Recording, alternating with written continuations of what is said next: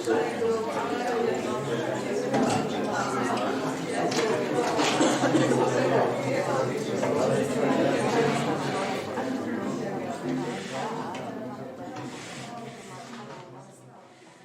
have to say thank you for to be invited, first of all.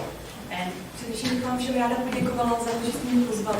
maybe I could say some few words about myself. Možná bych na úvod mohla říct pár slov o sobě. I am working in an acute team in Tromsø.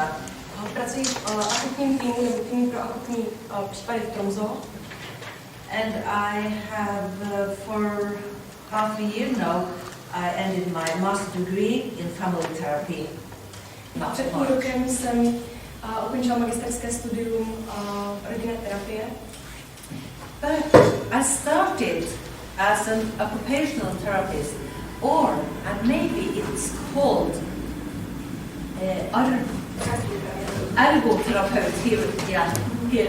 A začínala jsem jako ergoterapeut. Yeah. But it's a long time ago,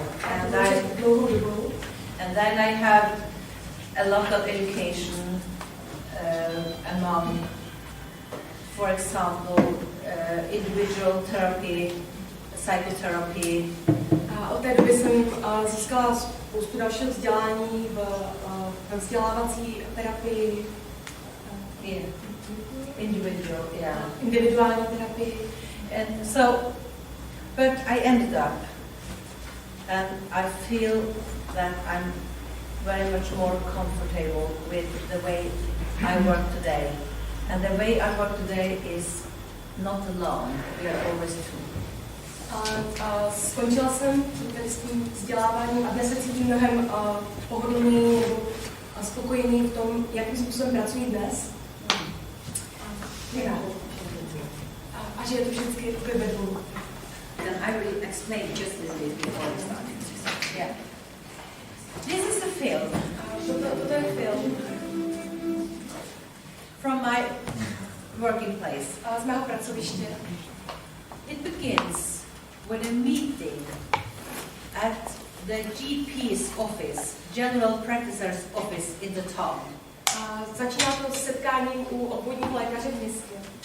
One depressed woman, depresivní žena, are coming to the GP's office. Přichází k obvodnímu lékaři. And they talk about her depression. Mluví tedy o její depresi.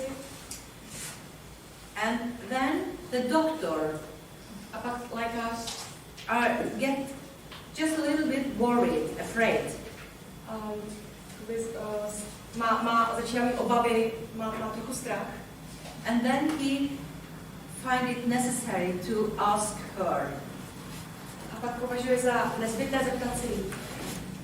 Could it be one idea to call someone in the acute team, people I know and I usually cooperate with? Mohl by být, byl by dobrý nápad, kdybych tedy zavolal někoho z akutního týmu, s lidí, se kterými pracuji. I cooperate with them when I'm stuck in a way. A se kterými spolupracuji, když se nějakým způsobem zaseknu. I have to say that this close cooperation between doctors in the town a myslím, že tato úzká spolupráce mezi lékaři ve městě and members of the acute team členy akutního týmu is very special in the world, I think. Je něčím velmi speciální po celém světě. But I know that it's possible to manage to do that. Ale vím, že je možné něco takového vytvořit.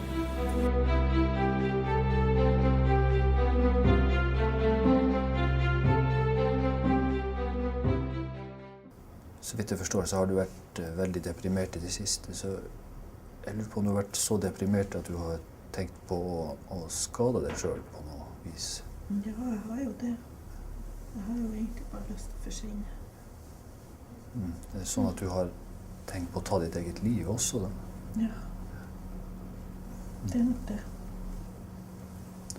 Det er sånn at du har tenkt på noen måte å gjøre det på også? Jeg har jo tenkt å hoppe ut for brua, men jeg har også tenkt på å ta tabletter.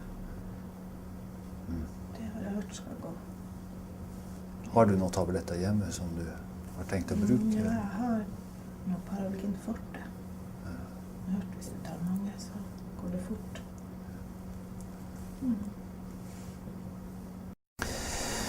Men nå har vi jo snakket sammen i en halvtime, og jeg kjenner det jo godt fra før. Jeg lurer på om vi kanskje skulle få noen andre til å hjelpe oss litt for å finne ut av hva som er best å gjøre. Jeg er litt usikker på hva vi skal gjøre videre. Nå har du jo prøvd med medisiner i en måned, og det ser ikke ut som det har hjulpet noe særlig. Så kanskje vi skulle se om vi kunne snakke med noen på sykehuset, og at de kunne hjelpe oss litt videre. Er det sånn der psykologer det da? Ja, så er det noen fra det som kalles for akutt-teamet. De kan komme på kort varsel, og så kan vi snakke litt med dem. Kanskje de har noen gode råd.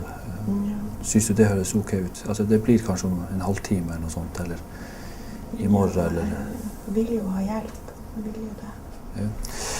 Da skal jeg ta en liten telefon og snakke med en av dem, og så kan vi planlegge det litt videre. Ja, Så, det høres greit. ja. Du kan bare sitte her og vente, så jeg skal ta ringen til den en gang.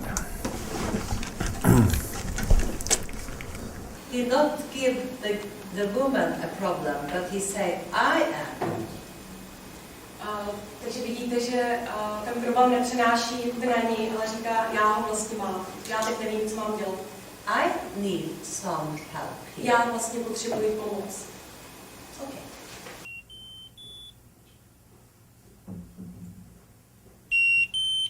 Det er akuttteamet Ann-Rita. Hei, Anton er på Skansen-kontor.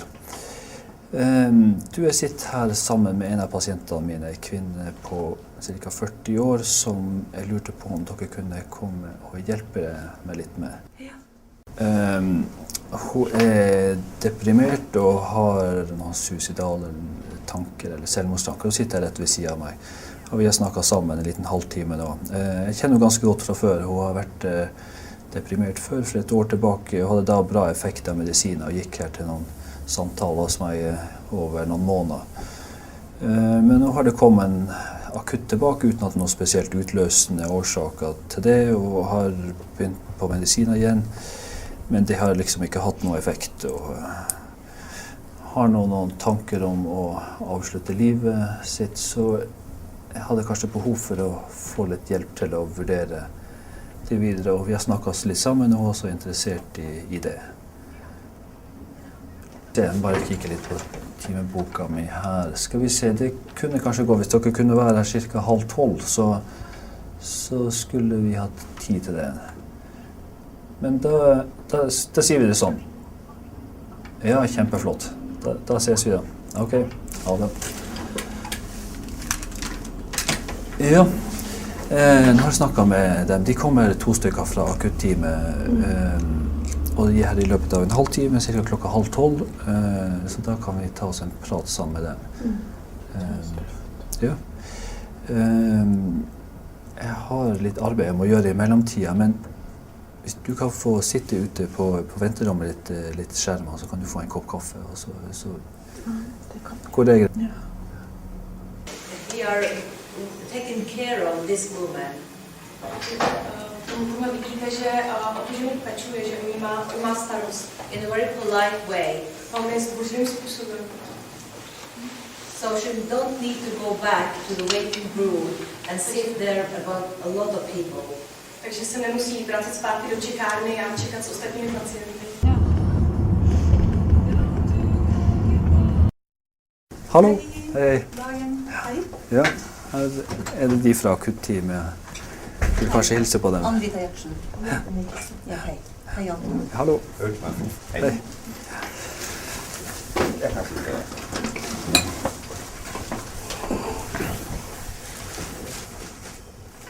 Ja, vær så god. Sett dere ned.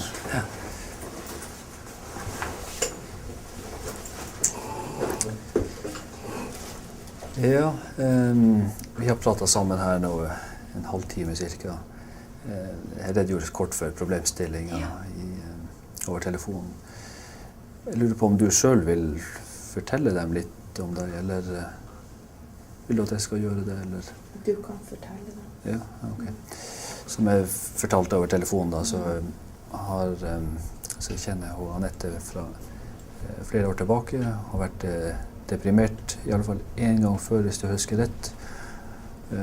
For vel et år tilbake og brukte da medikamenter, altså antidepressive medikamenter, og hadde bra effekt av det, og hun ble mye bedre i løpet av ganske kort tid.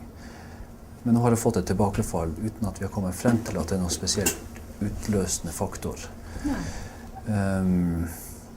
Og hun begynte også med medikamenter for en måned tilbake, men har ikke hatt noe effekt ut av det. Og når vi har snakket litt sammen her, så er hun veldig deprimert og har også tanker om å ta sitt eget liv, og har hatt noe sånn her.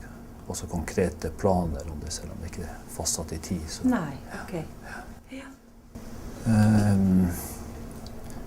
Så jeg tenkte at det var såpass alvorlig at jeg tenkte at det kunne vært bra om jeg kunne få litt hjelp til å diskutere det litt. Hvordan vi skal gjøre det videre, hva som er best for Anette. Ja. Er det sånn at vi kan gjøre det på den måten vi vanligvis gjør, med at vi eventuelt tre snakker, og så sitter Ulf og hører på, og så kan han komme med refleksjon etter hvert? Ja. Er det ok? Ja. Så det at han ikke sier noe, det betyr ikke at han ikke har noe på hjertet. Nei. Men det er bare en måte å jobbe på. Så hvis du har noen spørsmål også, så må du også bare spørre underveis.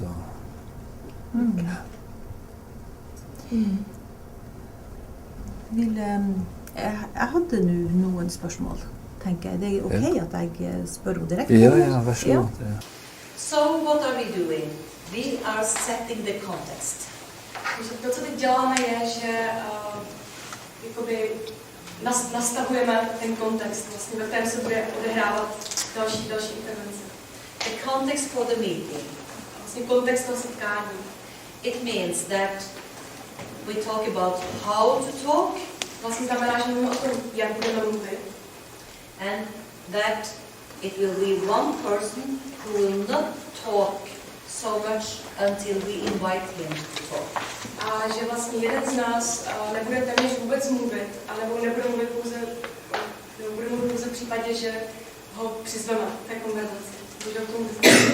And why are we doing this? A proč to tak děláme? It is if she should feel uncomfortable that it was one person, she didn't knew anything about him and he was silent. I think that she would feel uncomfortable. A to děláme, protože je docela pravděpodobné, že pokud bychom to nevysvětlili, tak ta klientka by měla vedle sebe člověka, který vlastně celou dobu sticha a přitom ona ho nezná vůbec, může to být dost nepříjemné. So I think it's really important to use enough time to orientate and to set the context in the beginning of the meeting. Myslím, že je opravdu důležité na úvod toho setkání ten kontext nastavit, vysvětlit si ho. And I am a guest in this office. A já jsem hostem v této konferenci. So I asked the doctor if it's okay that I can talk with his client. Takže se ptám vlastně lékaře, jestli je v pořádku, že budu mluvit k jeho klientu. Det jeg lurer på nå, det er, har du noen andre i familien som er bekymret for deg? Ja, mammaen min, men hun bor ikke her. Hun bor ikke her. Hvem bor du sammen med til daglig? Jeg bor alene, så har jeg jo 2 gutter. Ok. De bruker å være hos pappaen sin ganske mye nå, mer enn før. Ja. Disse 2 sønnene dine vet de at du har det tungt for tida, og tror du de kan se det på deg? Jeg tror de skjønner at jeg er trist, men jeg har ikke sagt så mye til dem. Nei. De er ikke så store, så. Nei, nettopp. Nettopp. Ellers har du venner, venninner? Ja, jeg har en venninne, men hun flyttet herfra for bare 2 måneder siden. Ja vel. Så hun brukte å prate mye med før. Ja. Og da hun er en som du kan prate med om? Ja. Jeg savner henne veldig. Du savner henne, ja? Ja. Ja. Forstår jeg deg rett, altså, når du har vært litt alene nå med disse tankene dine, som du deler nå med fastlegen din? Ja, jeg har vært mye alene i det siste. Så det betyr at du ikke har delt disse tankene om å gjøre slutt på livet og det med noen av dine... Nei, egentlig ikke. Jeg synes jo det er litt dumt. Det er litt dumt? Ja. Ok. Dumt? Ja, jeg har jo ikke lyst til at de skal vite det da. Nei. Jeg skjemmes litt. For jeg føler liksom at kanskje ikke jeg har grunn til å ha det så ille egentlig. Nei. For jeg har det jo bra på mange andre måter.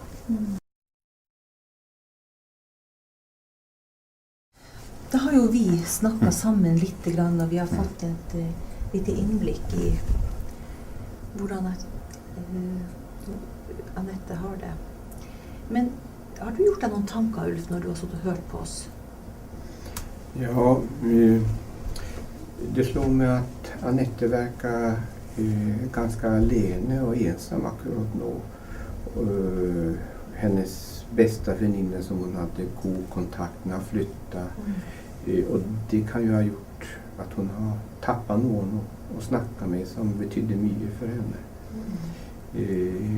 Och att hon har då gått, och så kanske därmed så har hon gått för mycket med depressiva tankar och fått tankar om självmord.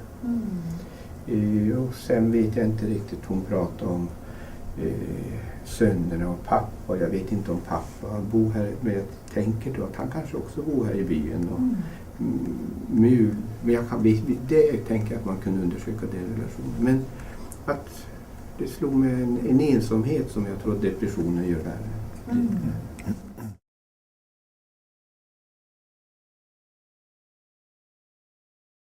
Ja, nå hørte du litt på Ulf sine tanker etter at han hadde hørt på vår samtale. Har du lyst til å kommentere på noe? Var det noe der som du har... Han har jo rett i det at jeg følte meg ensom. Ok. Ja. Du kjente deg igjen i det? Det gjør jeg. Jeg er mye alene. Og det er forskjell fra tidligere år? Ja, det er det. Det er liksom blitt sånn at jeg ble skilt, at jeg ble veldig mye alene. Ok. Ja. Og nå når venninna mi flyttet, så ble jeg jo mer alene. Ja. Så jeg får tid tenke med seg. Ja. Fint. Tenker på om vi kan møtes igjen ganske snart. Er det ok for deg at vi kanskje møtes igjen i morgen? Synes det høres greit ut? Det høres greit ut. Jeg har ingenting. Jeg er sykemeldt nå, så. Ja. Hvordan passer det for dere i morgen? Det passer fint for meg. Skal vi prøve å finne et klokkeslett? Formiddag eller ettermiddag? Ettermiddagen passer kanskje best for meg. Jeg skal bare ta en liten titt her på. Ja, i morgen klokka 2 for eksempel. Går det? Ja, men det skal gå bra. Ja. Ja, vilka ska... Ja, og så må vi da sjekke litt i forhold til, er det noen andre som det kunne være naturlig å invitere med hit, som står rundt deg? Ville det være noen som er bekymret og som kanskje som har en mening om Kanskje... din depresjon nå? Så kunne det kanskje være naturlig å invitere deg med? Det må jo kanskje være pappaen til guttene mine. Nettopp. Ja. Synes du det ville vært ok å invitere han med?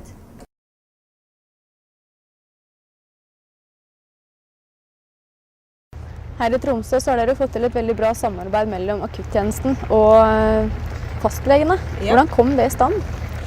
Det startet i 93. Da hadde vi et lite psykoseteam på 5 stykker som reiste rundt og spurte samtlige fastleger, samtlige fastlegekontorer, om hva de trengte i deres arbeid for å kunne gjøre tilbud til psykiatriske klienter bedre. Og da kom vi frem til at det å møtes på samme arena, at det at vi er sammen, gjør at klienten kan se sitt profesjonelle nettverk og ha det rundt. Vi vi er på en arena. Vi prøver å fange opp de ressursene som fremdeles er der. Vi kan sammen ta et ansvar. Og jeg tror at klienten da vil føle seg sett og bekreftet i større grad enn om vedkommende blir sendt fra linje til linje.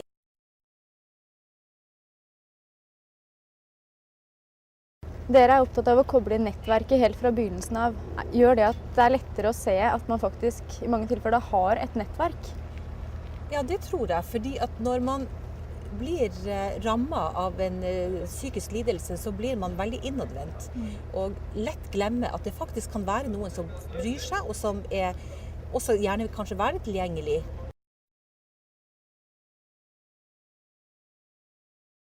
På Tromsø DPS så er jo selve mottoet «Du har kommet til rett sted». Hva ligger det i det? Det at enhver henvendelse blir tatt alvorlig og seriøst, og blir møtt, og at vi sammen med fastlege kan finne ut hva om det er et arbeid som skal gjøres i akuttime, eller sammen, eller om det er andre aktører som må inn. Hva tenker du er den viktigste jobben dere i akuttime har? Det er å møte folk der de ønsker å møte oss, snakke om det de ønsker å snakke om.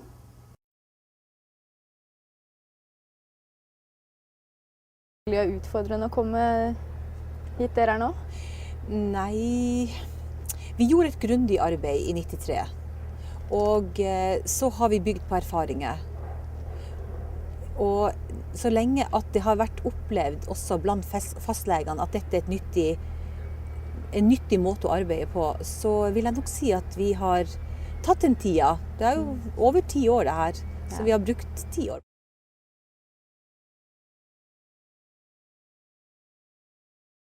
Tilbud, og også legevakt har også muligheten til å benytte seg av på kveldstid frem til klokka 10 på kvelden. Veldig kort, hvordan vil du tenke at andre kan gå frem for å få til det samme som det dere har fått her? Nei, jeg tror den psykiatriske helsetjenesten må tilby det her som et behandlingstilbud for pasientene. Jeg tror mange fastleger har motstand mot å gjøre flere arbeidsoppgaver, og mange vil tenke at dette er en tidkrevende arbeidsoppgave som man skal gjøre i tillegg til alle de andre arbeidsoppgavene man gjør. Men sett fra mitt ståsted så er det her ganske sånn tidseffektivt, og man får ganske mye effekt ut av veldig lite investert tid. Så jeg vil anbefale den måten å jobbe på til alle mine kolleger som er fastleger. Ja, du sier at det faktisk kan spare fastlegen for tid, fordi det er mulighet til å komme inn tidligere. Og i tillegg så kan det jo gjøre at brukeren også føler seg sett på en helt annen måte. Det er helt klart. Og en tredje faktor som også spiller inn er at man også deler litt ansvar med andre fagpersoner også. Det tror jeg også er en viktig ting i vurdering av suicidalitet og alvorlige psykoser. Har akuttteamet og fastlegen jevnlige møter? Det er kurs av og til, men det er ikke noe sånn faste regularitet i det. Motiverer samarbeidet deg? Ja, det gjør det i stor grad. Og jeg tenker at dette er en modell som egentlig burde ha vært brukt ellers i helsevesenet også i mye større grad. At man jobber sammen om de samme pasientene. At man ikke jobber hver for seg med de samme pasientene. Jeg tror mye tid og ressurser kunne vært spart med det.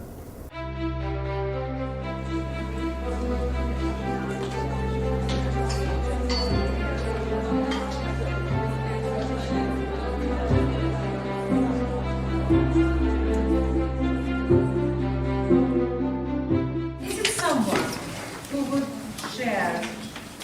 Je to někdo, kdo by se chtěl podělit o some thoughts, o nějaké myšlenky, reflexe?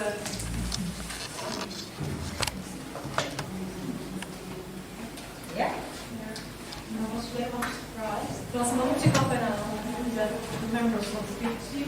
že členové akutního týmu byli schopní, byli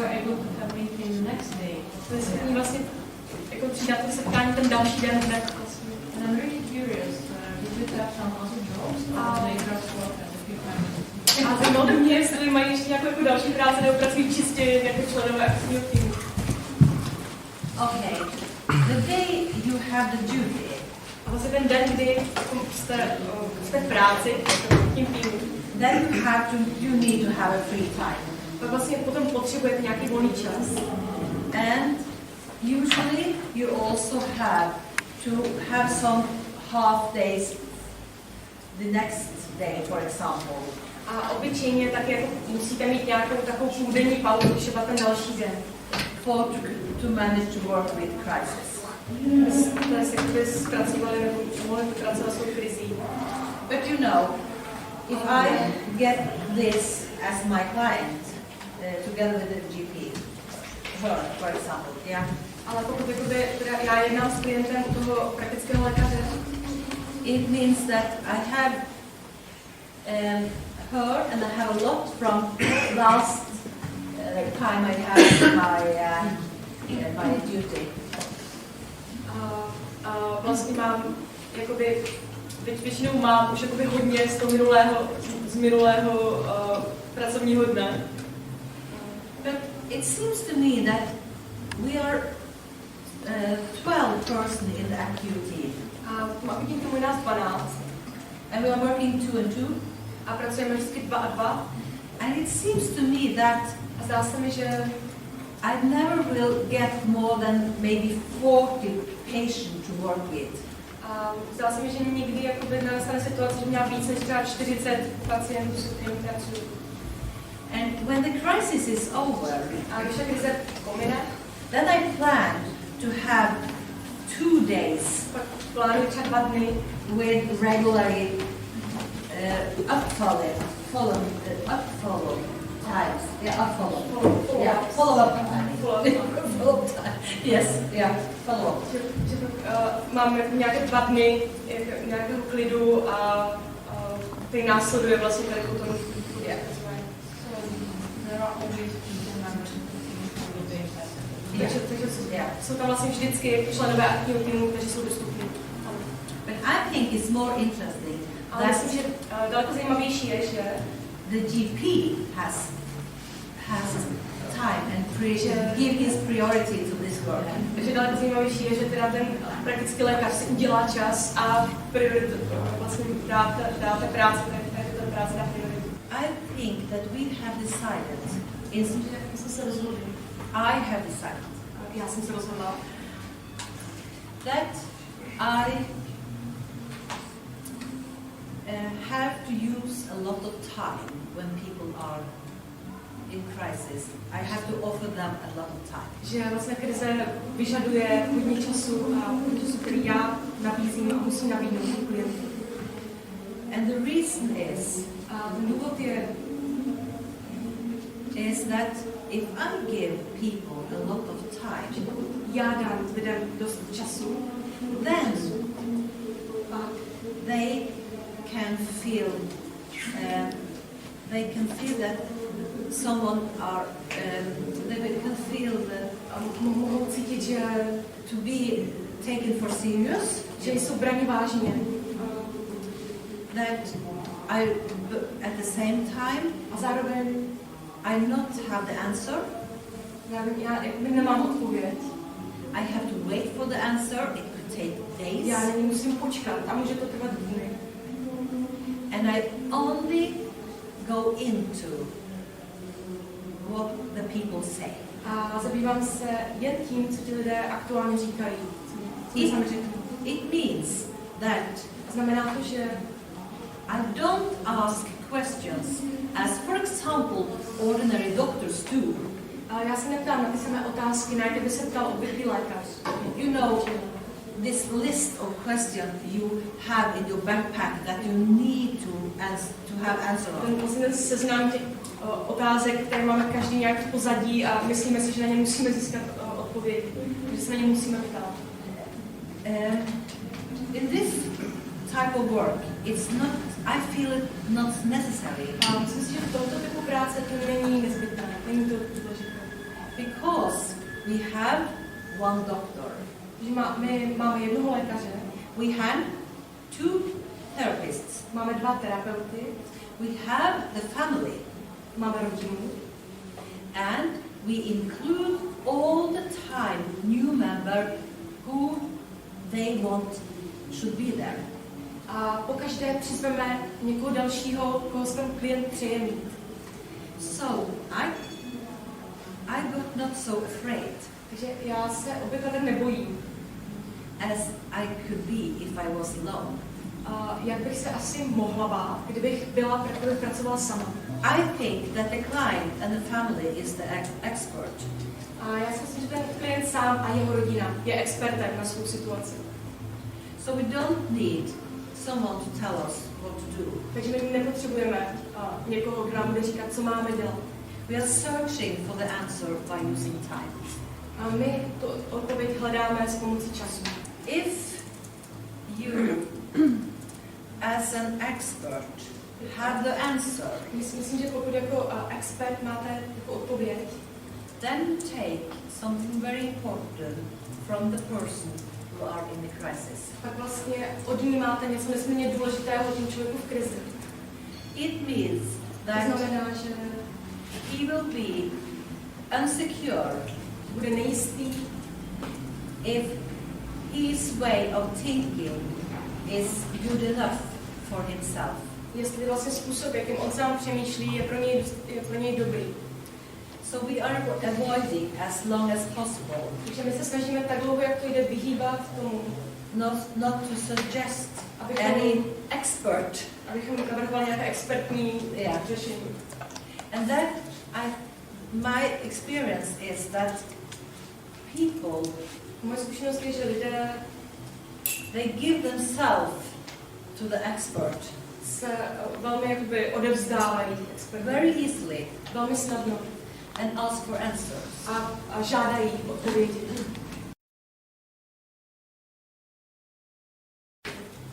I said that here are people who live in. And we call it konkrétní komunity, které žijí lidé. We call it the zero line. The zero line. Zero. It's a first. Before. Yeah. Zero. To je vlastně pro nás ten bod 0. People are living here.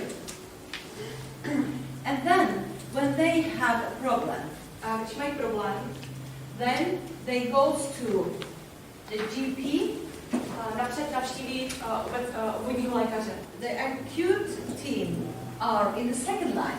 A my, akutní tým, jsme vlastně v té druhé linii. So we are going to cooperate with these two. A my vlastně spolupracujeme s oběma těmi předchozími skupiny. Jak s komunitou, tak vlastně s lékaři, s úřady, se všemi, kdo jakoby mají co dočinění oficiálně s problémy konkrétního člověka. So this is specialist in a second. And here you have the ward. Takže v té druhé linii máme specialisty. A teprve ten třetí je nějaké oddělení. So when we, for example, sometimes need a bed, sometimes we need a bed. Takže někdy jako vlastně situace, kdy musíme nějak jako sadit.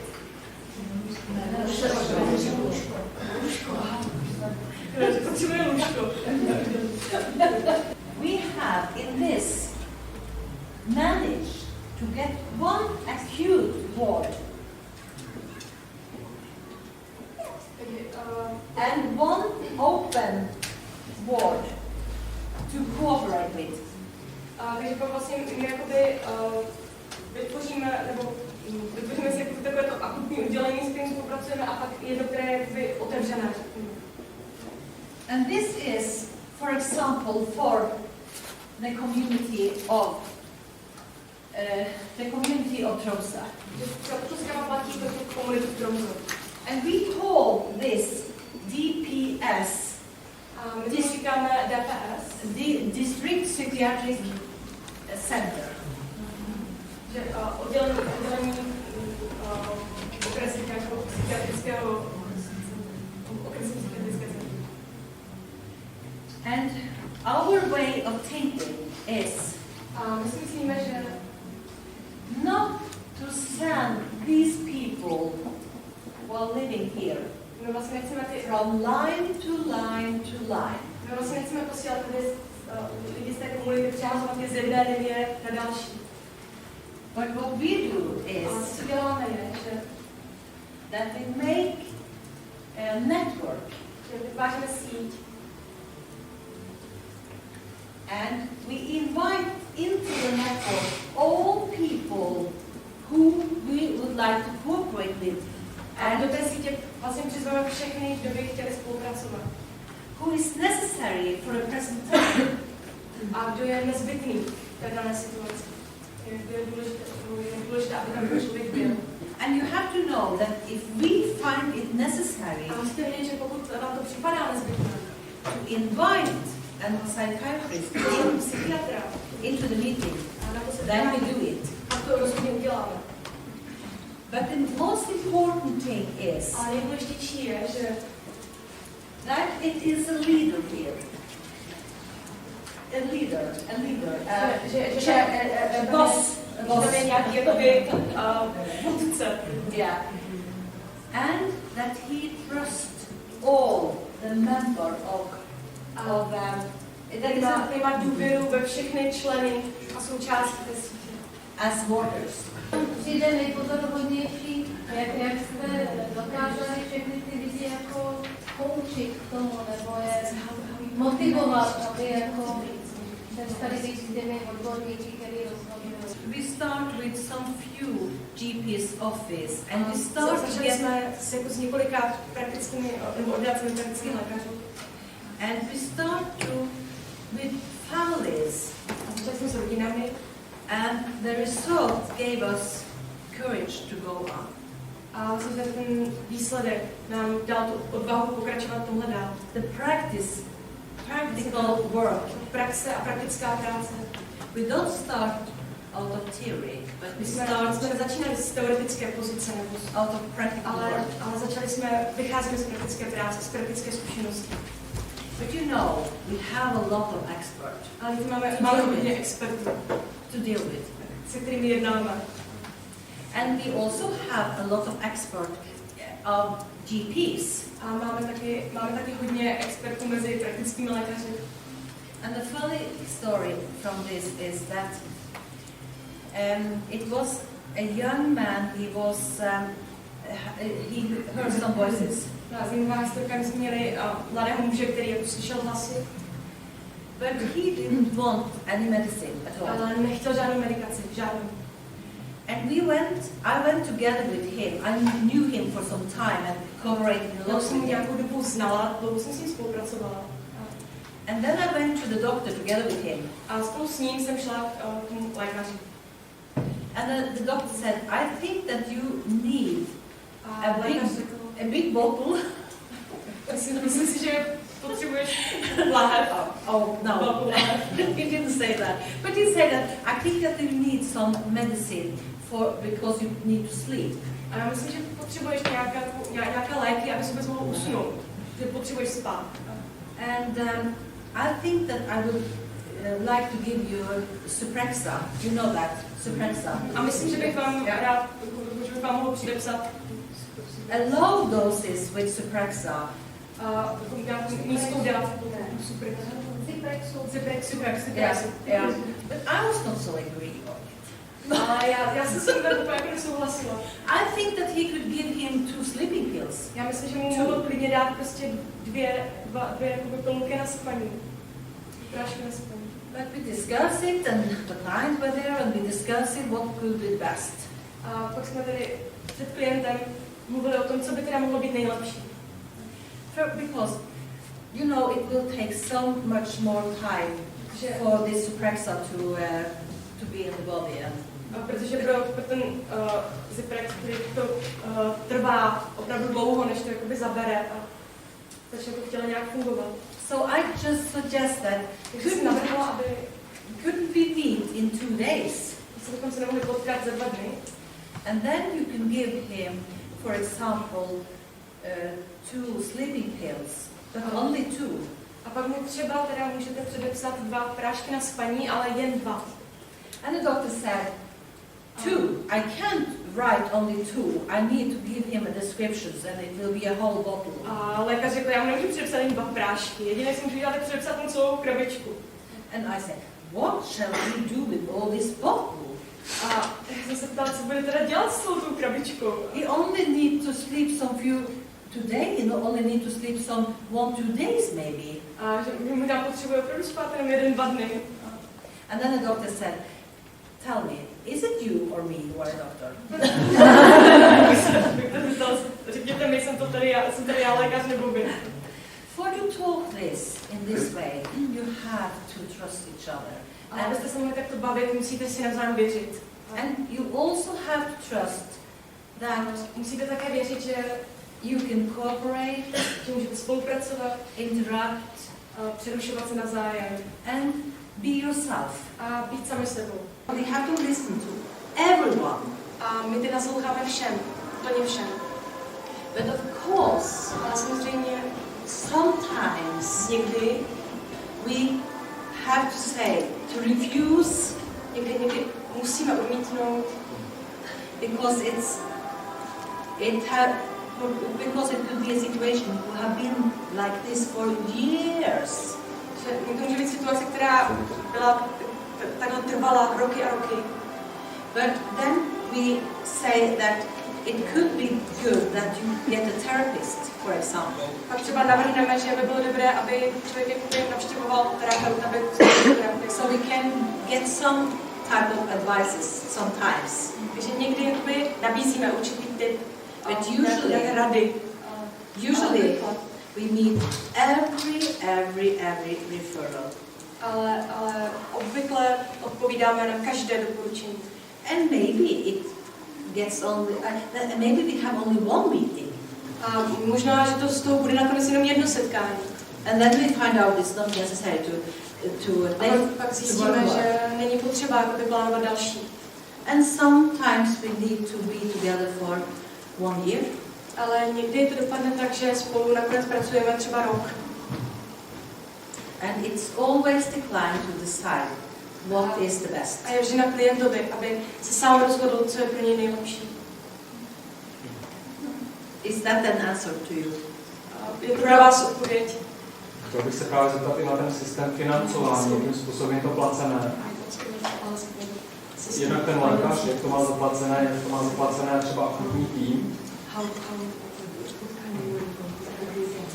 Protože u nás ta péče je vlastně do značné míry hodně limitovaná časem, třeba množstvím toho, kolik pacientů ten lékař musí obstarat, ukázat. If you listen to the GP, víte, jestli jste poslouchal toho obvodního lékaře z filmu, he find it so necessary to use a lot of time in the beginning. On vlastně považoval za opravdu nezbytné investovat hodně času už v samém počátku. And that his experience was that if you do that, jeho zkušenost byla taková, že pokud toto uděláte, then we don't need him so long. Vlastně nebudeme ho, ten akutní tým ho nebude tak dlouho potřebovat. Yeah. And he get money for cooperating with us. A za tu spolupráci s námi dostává zaplacený. And I don't know what it is exactly. Nevím, kolik to přesně je. But he preferred to come to us also, or to go to the family home. Ale on jakoby upřednostňuje spolupráci s námi, anebo třeba navštěvování pacientů doma. So I think that then he got enough money. Takže myslím, že jakoby peněz dostává dost. And for us, a pro nás, we have in Norway the possibility to get money. V Norsku máme možnost získat peníze from the government, od vlády, for each meeting we have. Also, každé setkání, které with cooperating. When we cooperate. A také za nějakou spolupráci. But often the client doesn't need to pay when he has a psychosis or are suicidal. Klient často neplatí nic v případě, kdy jde o nějaké sebevražedné myšlenky anebo o psychózu. But we get some small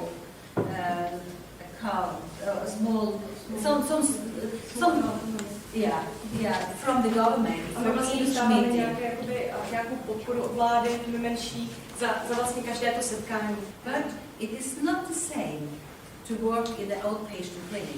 You know what that is? The outpatient clinic. Není to samé jako pracovat v ambulanci. They are, they have a lot of clients on the list. Mají opravdu mnoho klientů jako na seznamu. And they get a lot of money, more money.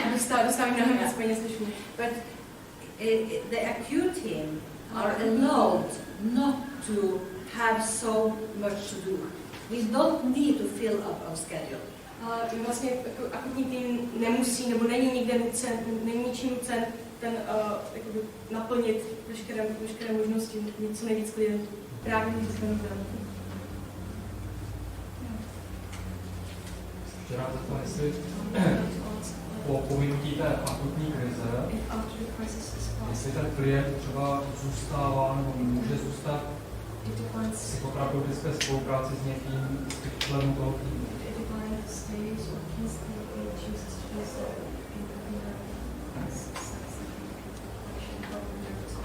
Nebo jestli ten tým nasměruje někam jinam.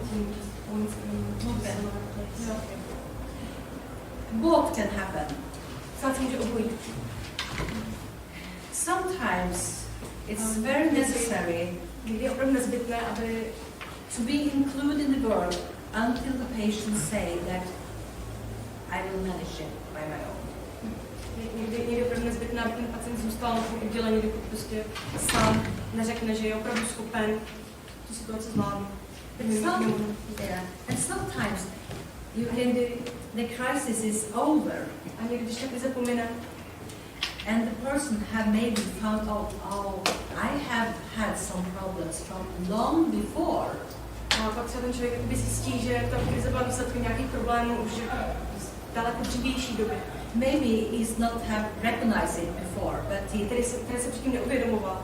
He recognized that maybe he was sexual abuse, for example. Třeba si uvědomí, že byl jakoby sexuálně zneužíván. Then we can, together with him, pak jakoby společně s ním můžeme find out that maybe it's okay for you to go to an individual therapist. Zjistit, že třeba by teď pro něj bylo opravdu nejlepší, aby navštěvoval jako individuální terapii.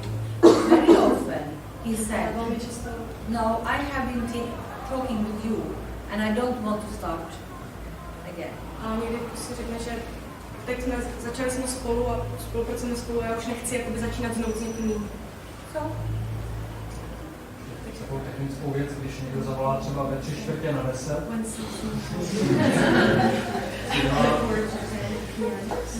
Before till 10 p.m. Yeah, in the evening. Oh yeah. Yeah. Oh, it's important. Important question. What does the general practitioner do at that time? Okay, it's very important. Important. To je velmi důležité. You know, here we have the emergency doctors. Tady ta první linii vlastně máme nějaké ambulantní lékaře. You know that. Pohotovostní.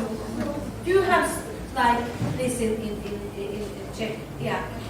So what happened is that we have the emergency there, and after 10, we give our calls to the doctor who has the duty in the night time. Vlastně pak jakoby dáváme nějaký takový asi pager, něco podobného, lékařům té pohotovostní služby, kteří mají službu.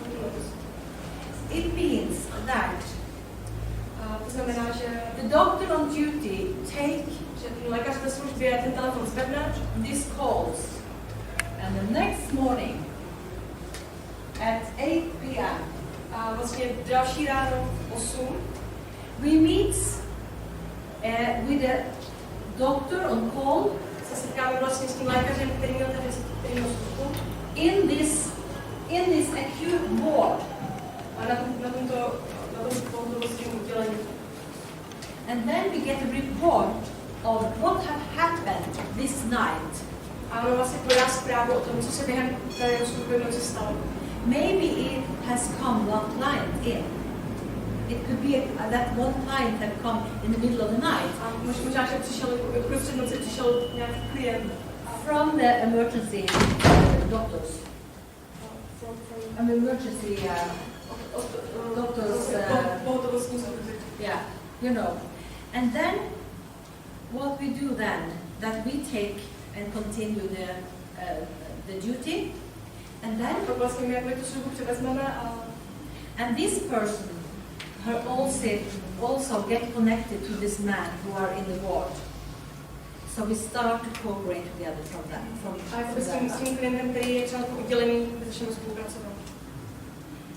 So it means that during we have open the home night and day in a way. And often the emergency doctors tells the client who are coming in the middle of the night, for example, please, you can be here until 8 o'clock in the morning, and then we can call a acute team and your doctor. Můžete prosím zůstat tady s námi do 8 do rána a my pak tady zavoláme vašeho lékaře a akutní tým.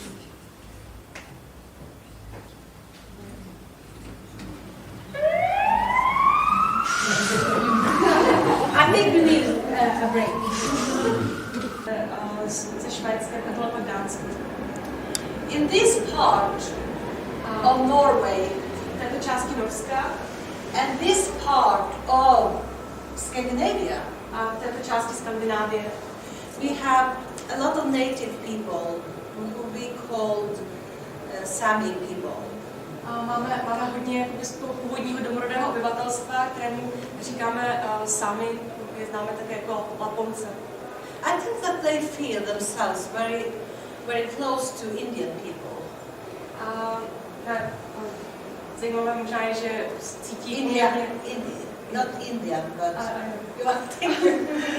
cítí velmi blízko, mají nějaké společné rysy s Indiány. Yeah, India. So he went up here somewhere and had his practice. Andersen cestoval na ten sever a tam vlastně založil praxi. And he came to Oslo. A pak odešel do Osla. And I have been told by him and other people that it impacted him a lot to meet this different culture. Že to setkání s odlišnou kulturou ho hodně ovlivnilo. In this culture in the north, people very much solving their own problems. A v této kulturní oblasti na severu a lidé jsou vlastně nuceni se s problémy potýkat sami. They were not so in need of a doctor. Takže tolik jako nepotřebovali lékaře. And I think that this touched him in a way. To se ho nějak určitým způsobem dotklo. How people could solve problems by them own. Jak vlastně lidé jakoby sami dokáží své problémy řešit vlastně bez nějakého zásahu do pomoci. He started something called June seminar in systemic thinking at North Kalot, we call it. A vlastně na podnět této inspirace začal vlastně něco, čemu říkají červnový seminář, June seminar v North Kalotu. And what happened is just what these people are doing here.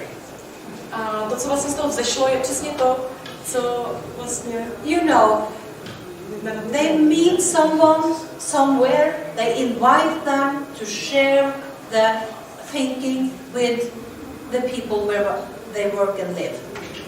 A vlastně jako podstatou toho semináře, ta základní myšlenka byla pozvat co nejvíce inspirujících osobností a vyměňovat názory a nějak jako se navzájem takhle obohacovat. I think that this way of working are inspired by sharing experiences. all the time. Práce je předně inspirovaný tedy sdílením zkušeností. Neustále sdílením zkušeností. Tom Anderson was more popular in other countries in Norway. Tom Anderson a jeho práce byl mnohem populárnější v jiných zemích než Norsku. And why? A proč? This is my opinion. To je můj názor. That is that he had so different thoughts than his group of doctors. So it get to be too different. Můj názor tedy je, že jeho názory se natolik odlišovaly od názoru skupiny lékařů, s kterou spolupracoval, že to možná bylo jakoby příliš.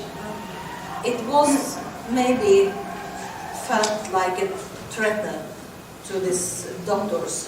A možná se ocitl v pozici, kde pro ně spíš představoval jakousi hrozbu. Then he met before 1990. He met also v roce 1990 se také setkal Jakub Seikula s Jakem Seikulou. And then they started a cooperation. A začali spolupracovat společně. And what is so fantastic with this man? To je úžasné v tomto člověku. That everyone he met who he met have done a really good job. He invited to talk in Tromsø. Vlastně všichni, s kým se setkal a koho přizval k tomu setkání, vedli opravdu fantastickou práci. And this was the reason that we in Tromsø heard about Jakub Seikula and his team from North Finland. A to je vlastně ten důvod, proč se Tromsø k nám doneslo tolik zpráv o Jaku Seikulu a jeho týmu na severu Finska. I have to say just a little bit about my first meeting. I think it was.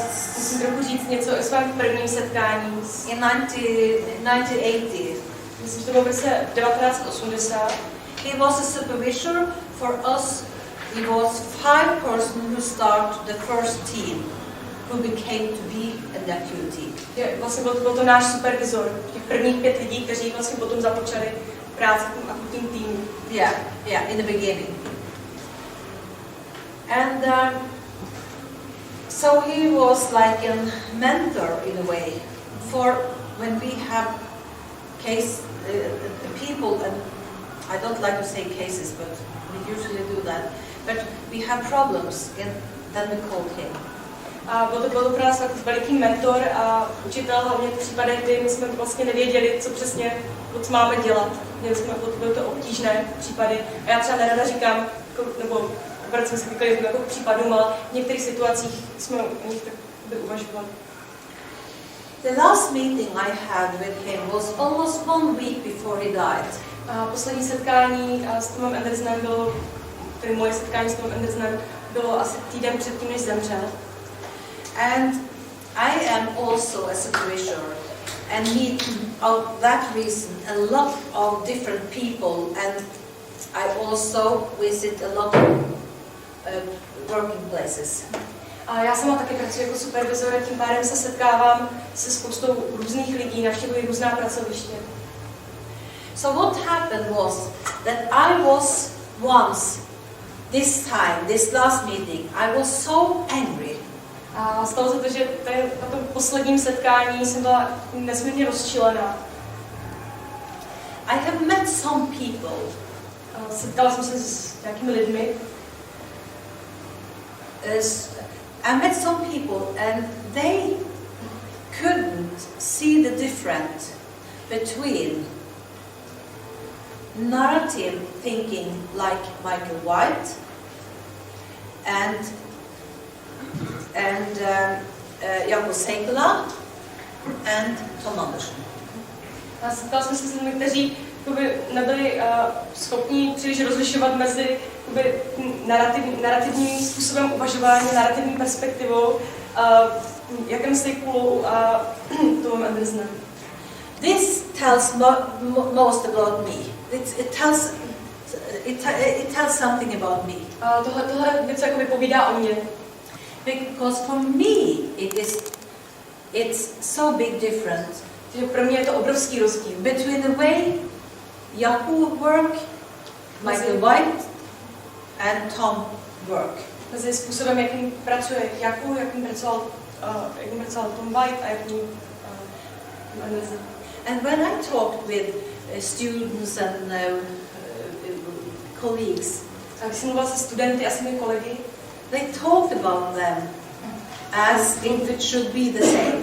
Mluvili o nich, jako kdyby to bylo všechno jedno a to samé. So then I went to him in a hurry. He was eating lunch, and I have really a hurry by that day, and I was angry. And when I'm angry, I talk with everyone about everything. And I went into him and I said. Tak jsem tady jako běžela k němu, měla jsem opravdu jako nabitý den a hodně jsem spěchala, byla jsem rozčilená, když jsem rozčilená, tak mluvím s každým úplně o všem a takže jsem jako přiběhla teda za ním, kdy byl zrovna jedno oběd a obědval. And I said, a řekla jsem, is it true that it is not every reflection who lead to a reflective processes? Je to opravdu pravda, že ne každá reflexe vlastně vede k reflektujícímu procesu. And then he was quiet. A on stichl. And it was quite too long. Byl ticho poměrně dlouho. And then he said to me, a pak mi řekl, Ann-Rita, I have always told you that you have understand something.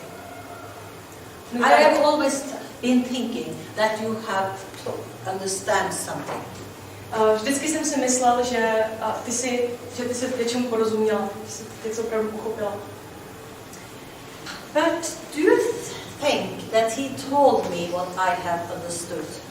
A myslíte si, že mi řekl, co jsem tedy pochopila? No. Ne. So that was the reason that I have to find out what he meant. To je ten důvod, proč já musím zjistit, co tím vlastně myslel. After his death. Po jeho smrti. And how could I do that? Yes. I did my master degree. Co mám vlastně dělat? Tak prošla jsem magisterským studiem. And interviewing experienced therapist. A podnikala jsem spoustu rozhovorů se zkušenými terapeuty. Who all have been working very close to him. A kteří všichni by s ním spolupracovali velmi úzce, velmi hodně blízcí. And I asked them a lot of questions. A ptala jsem se jich na spoustu otázek, kladla jsem spoustu otázek. And I get a lot of answers. A dostala jsem spoustu odpovědí. And it ended up in in this book I finished with. Yeah. A všechny jsou teď jako knize, kterou jsem dokončila. He will never in the last 10 years use the word method. A od té doby se změnil a v posledních několika letech by nikdy vlastně už znovu nepoužil slovo metoda. Because this is not a method, this is a way of being. Že toto není metoda, je to způsob bytí. This is you have to use your heart and you have to use your belief. Pro které musíte užít své srdce a víru. Stejně vložit své srdce a víru.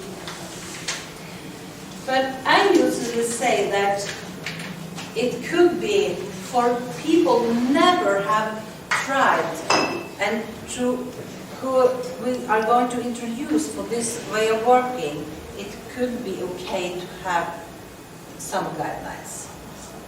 Ale pro lidi, kteří nemají zkušenost s takovýmto způsobem práce, možná dobré, aby byly alespoň nějaké myšlenky, které se mohou držet, nějaký jako návod. I think also that our behavior and way to make up minds and our attitude Myslím, že naše chování, způsob, jakým si třídíme myšlenky, naše postoje, is very important for the way to work. Které jsou všechny velmi důležité pro způsob, jakým pracujeme. And we have to have a focus on power. Měli bychom se také zaměřit na sílu, na moc.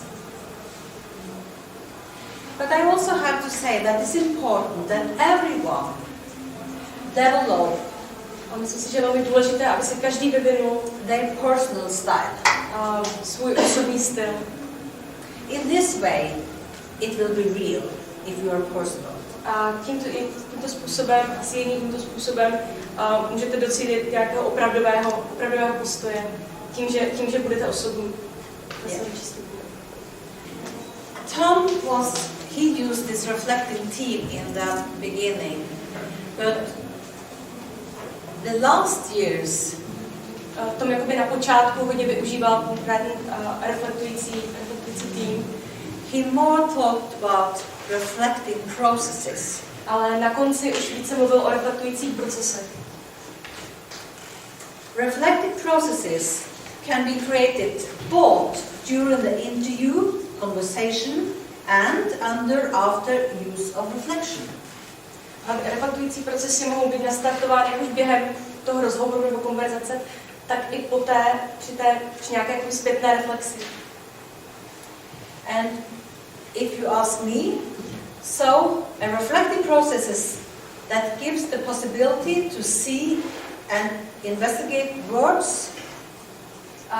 Co se mě týče, já to definuji tak, že reflektující procesy dávají možnost jakoby vidět a trochu vnímat a zabývat se do hloubky slovy.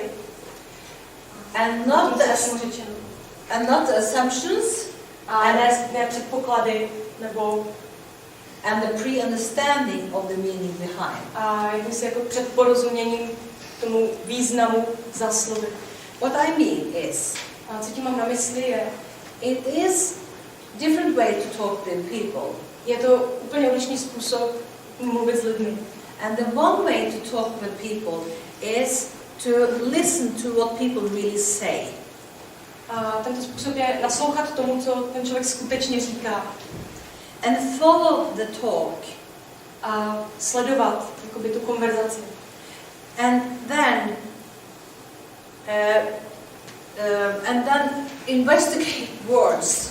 A pak tedy se jakoby zaměřit na ta slova. Instead of using your own pre-understanding of this exactly words. A namísto toho jakoby zaměřovat se na své vlastní předporozumění, na to, co si myslíme, že se za těmi slovy skrývá, co v nich vlastně hledáme. And the other way is to be an expert. Druhý způsob, jak mluvit k lidem, je být expert. Then you have a list of questions. Pak máte vlastně seznam otázek. That you have to ask the person, na které se musíte zeptat, for to be sure that you can feel safe, abyste se ujistili, abyste sami měli pocit nějaké jistoty a bezpečí, or that you can put the right diagnosis, anebo abyste mohli jakoby, abyste nalezli tu správnou diagnózu. And it's some small rules here. Listen carefully. Nastavíme si trošku pravidla. 2 and 2 people are going together. Takže dva lidé dáte dohromady. I will tell you a personal story who means something for me. A v těch párech si navzájem řeknete příběh, který pro vás znamená zároveň něco osobního. And I have to say that you only are going to use 3 minutes to tell your personal story to the next. A budete mít 3 minuty na to, abyste tomu druhému vyprávěli svůj osobní příběh. and the next are not going to ask you any questions at all, only listen. Ten druhý bude jen naslouchat, nebude klást žádné otázky. And you are going to say, you are telling me a 3 minutes long story who are really important and meaningful for you.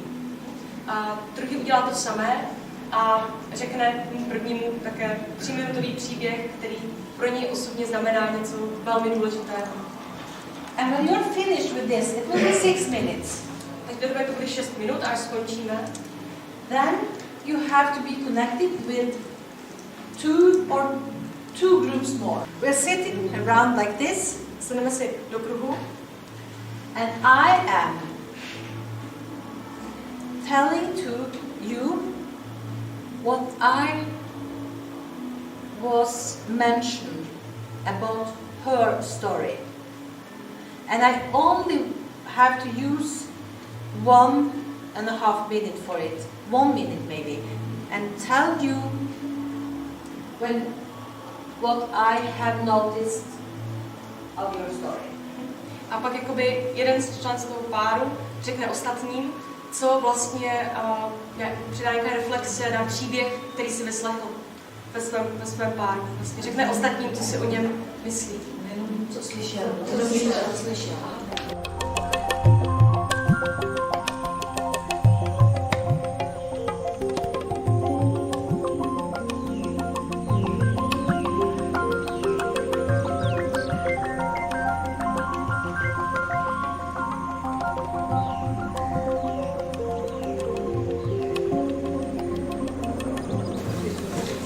How was it for you when your story was told by another person?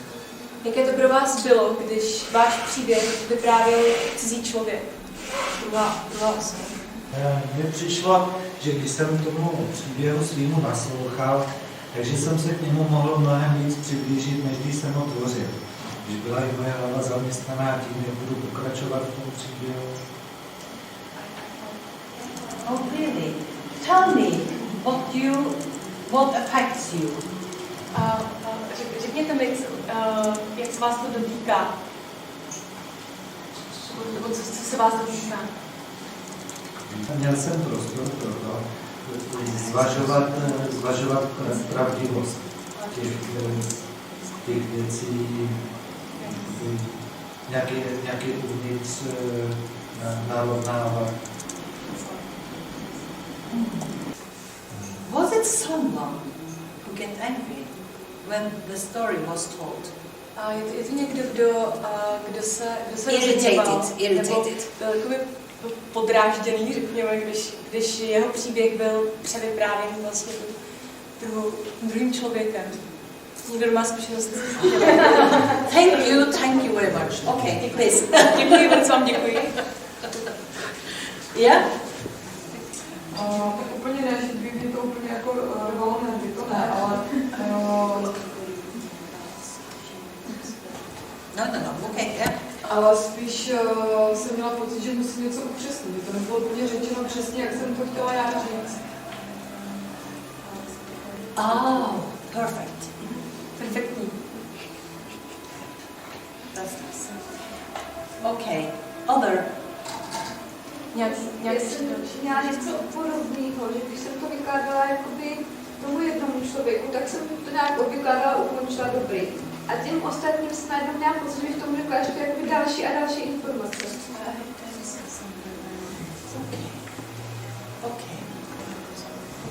Okay. Some of the things you have mentioned. Ráda bych řekla, že některé z těch témat, které jste zmínili, is what happened when you use reflecting team. Je vlastně to, co se stane, když používáte tu reflexi, reflektujete. Reflektující tým. Reflecting team. Reflektující tým. Yeah. Because, and that's the reason that it's so important to decide how to give the story back. A právě proto je nesmírně důležité mít se rozhodnout, jakým způsobem ten příběh převyprávíte, jakým příběh, jakým způsobem ho vlastně předáte dál. It's so important that, for me it is so Pro mě je important, nesmírně důležité, that when you listen to a story, když nasloucháte nějakému příběhu, it is something in this story who affects you. a v tom příběhu je něco, co se vás dotýká. But you have to be polite with the person who have been telling the story. Ale musíte zachovat určitou zdvořilost a respekt té osobě, která vám ten příběh vypráví. So you have to say that your name was Eva. When Eva told this story about blah blah blah blah.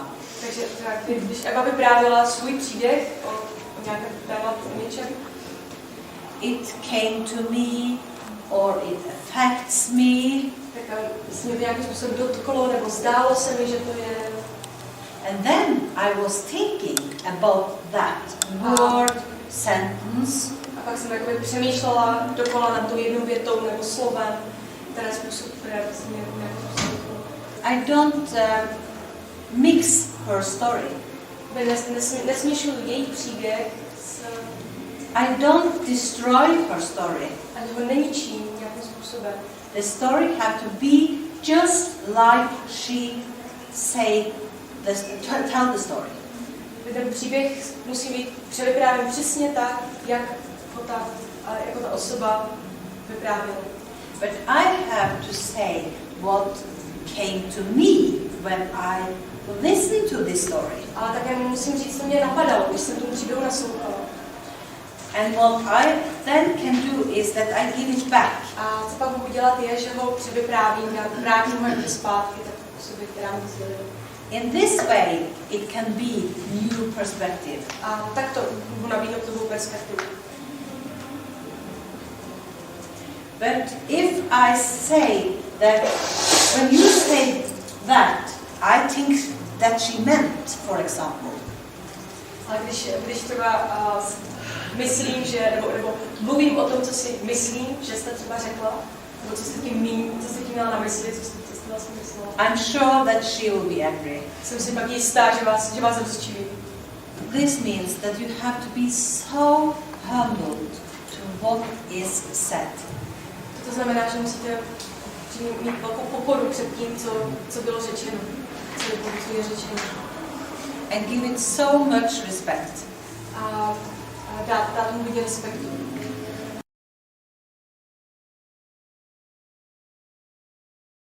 I would very much like to share a story about Vivian with you. A ráda bych se s vámi teď podělila o příběh Vivian. It was one from my colleague who was on duty this day.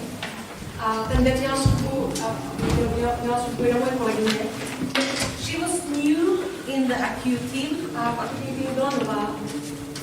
And she was not so, she was not feeling comfortable by being new. A jako nová se necítila moc pohodlně, protože to, že byla nová, způsobilo nějaké... So she was just a little bit afraid of, byla trochu se bála, this new situation. So she asked me to be together with her when the call came. Takže mě požádala, abych šla s ní, když teda přišel telefonát. And then we got a call from her cousin. A pak nám vlastně zavolala její sestřenka bratranec. And Vivian's cousin said that Vivian had decided that she needed help. A ten bratranec, sestřenice Vivian, řekl, že Vivian potřebuje pomoc. Sestřenice řekla, že Vivian potřebuje pomoc. She had been isolated for 5-6 years. 5-6 let byla v izolaci.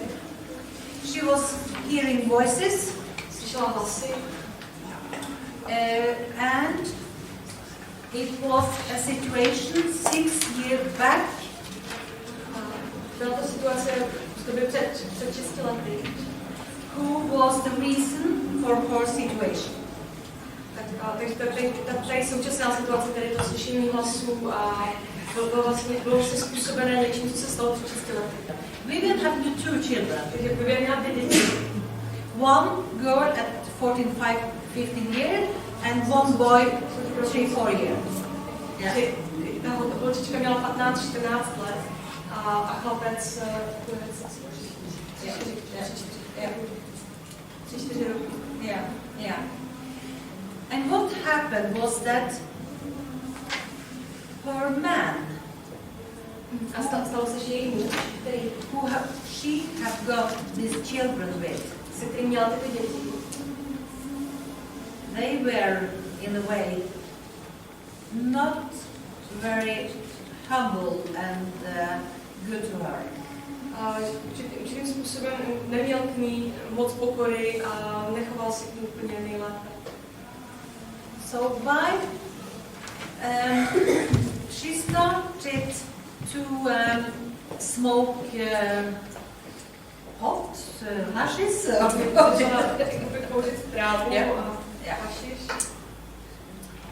Because by that time she had started also to get these voices. Že v té době zároveň jak by se začaly objevovat ty hlasy, které slyšela. And the family she lived in, a rodina, ve které žila, were mother, father, otec, matka, and sisters, a sestry, they find her very, very strange. A si oni mysleli, že je poměrně zvláštní. When she talked to the family about her wishes or whatever, když s rodinou mluvila o svých přáních nebo čemukoliv jiném, she felt that everyone she talked with cítila, že každý s kým mluvila, was shaking heads like this and thought, Jesus Christ, she's crazy. Kroutil hlavou a myslel si, Pane Bože, je tak úplně šílená. So it became the situation that she isolated herself even more together with the children. A takhle se vlastně uzavírala víc a víc ve společnosti s svými dětmi. And the family didn't find a way to help her. A rodina jakoby nenašla žádnou cestu, jak jí pomoct. So what they did was, they called the authority for these people who are take care of children. Takže se zavolala na sociální péči. You understand? Yeah. Yep. Yeah, social care, something like that. And they came. Takže sociální pracovníci přišli. And she didn't know anything about it. A aniž by ona o tom cokoliv věděla. And they took the youngest guy away from the mother. Vzali její nejmladší dítě, toho chlapečka vlastně pryč od matky. And what happened was that they gave the guy to her brother. A toho chlapečka dali jejímu bratrovi. And they were thinking that, okay, it is in the family. A mysleli si, že je to v pořádku, protože dítě je v rodině. But she was so disappointed. Ale tím byla nesmírně zklamaná. That no one had asked her. Že se jí nikdo nezeptal. How could I support you? Jak ti mohu podpořit? Why do you need to take my children? Proč vlastně bylo nutné, aby jí děti vzali? So she gave up everything in her life. Takže všechno v životě vlastně vzdala.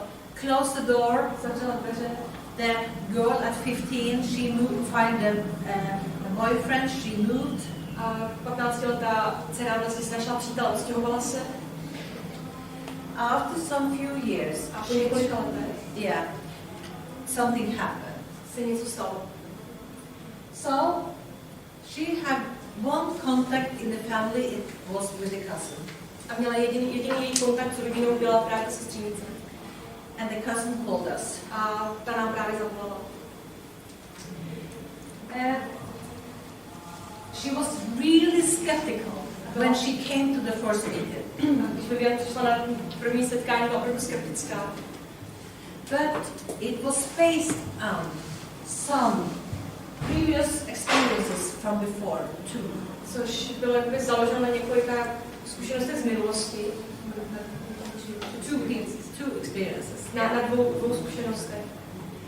In these 5 years, when she was isolated, během těchto 5 let, kdy byla tak izolovaná, she was so disturbed by the voices. Ty hlasy byly tak rušivé a so she had tried to go to a therapist twice. Takže se dvakrát pokusila jít k terapeutovi. One of the therapists, jeden z těch terapeutů, was a woman, byla žena, and I think she meant a lot for her. A myslím, že pro Vivian hodně znamenala.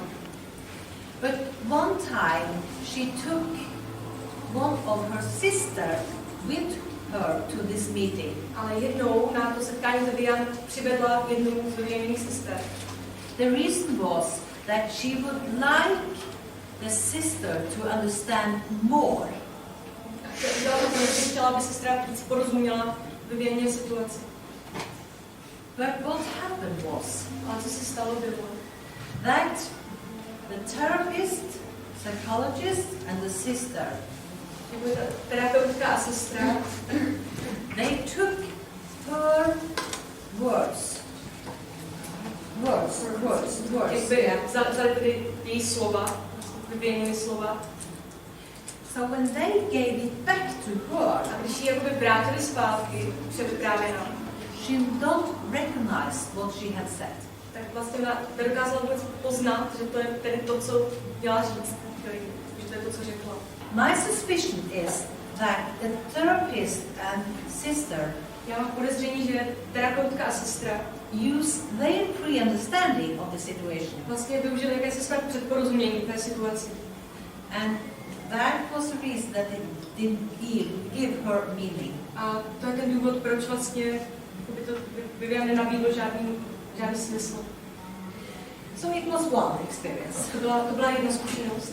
But the next experience, a další zkušenost, was that she came to a therapist. Takže přišla za terapeutem. I'm sure that some of you know this type of therapist. A já jsem si jistá, že někteří z vás znáte tenhle terapeutu.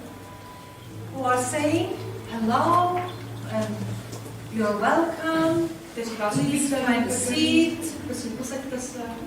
And then he find his seat, pak si také sedne, and he is waiting for the first response from the client. A čeká na to, až jakoby klient sám začne nějak reagovat. Do you recognize this type of therapist? Znáte tenhle typ? For some years ago, it was very ordinary.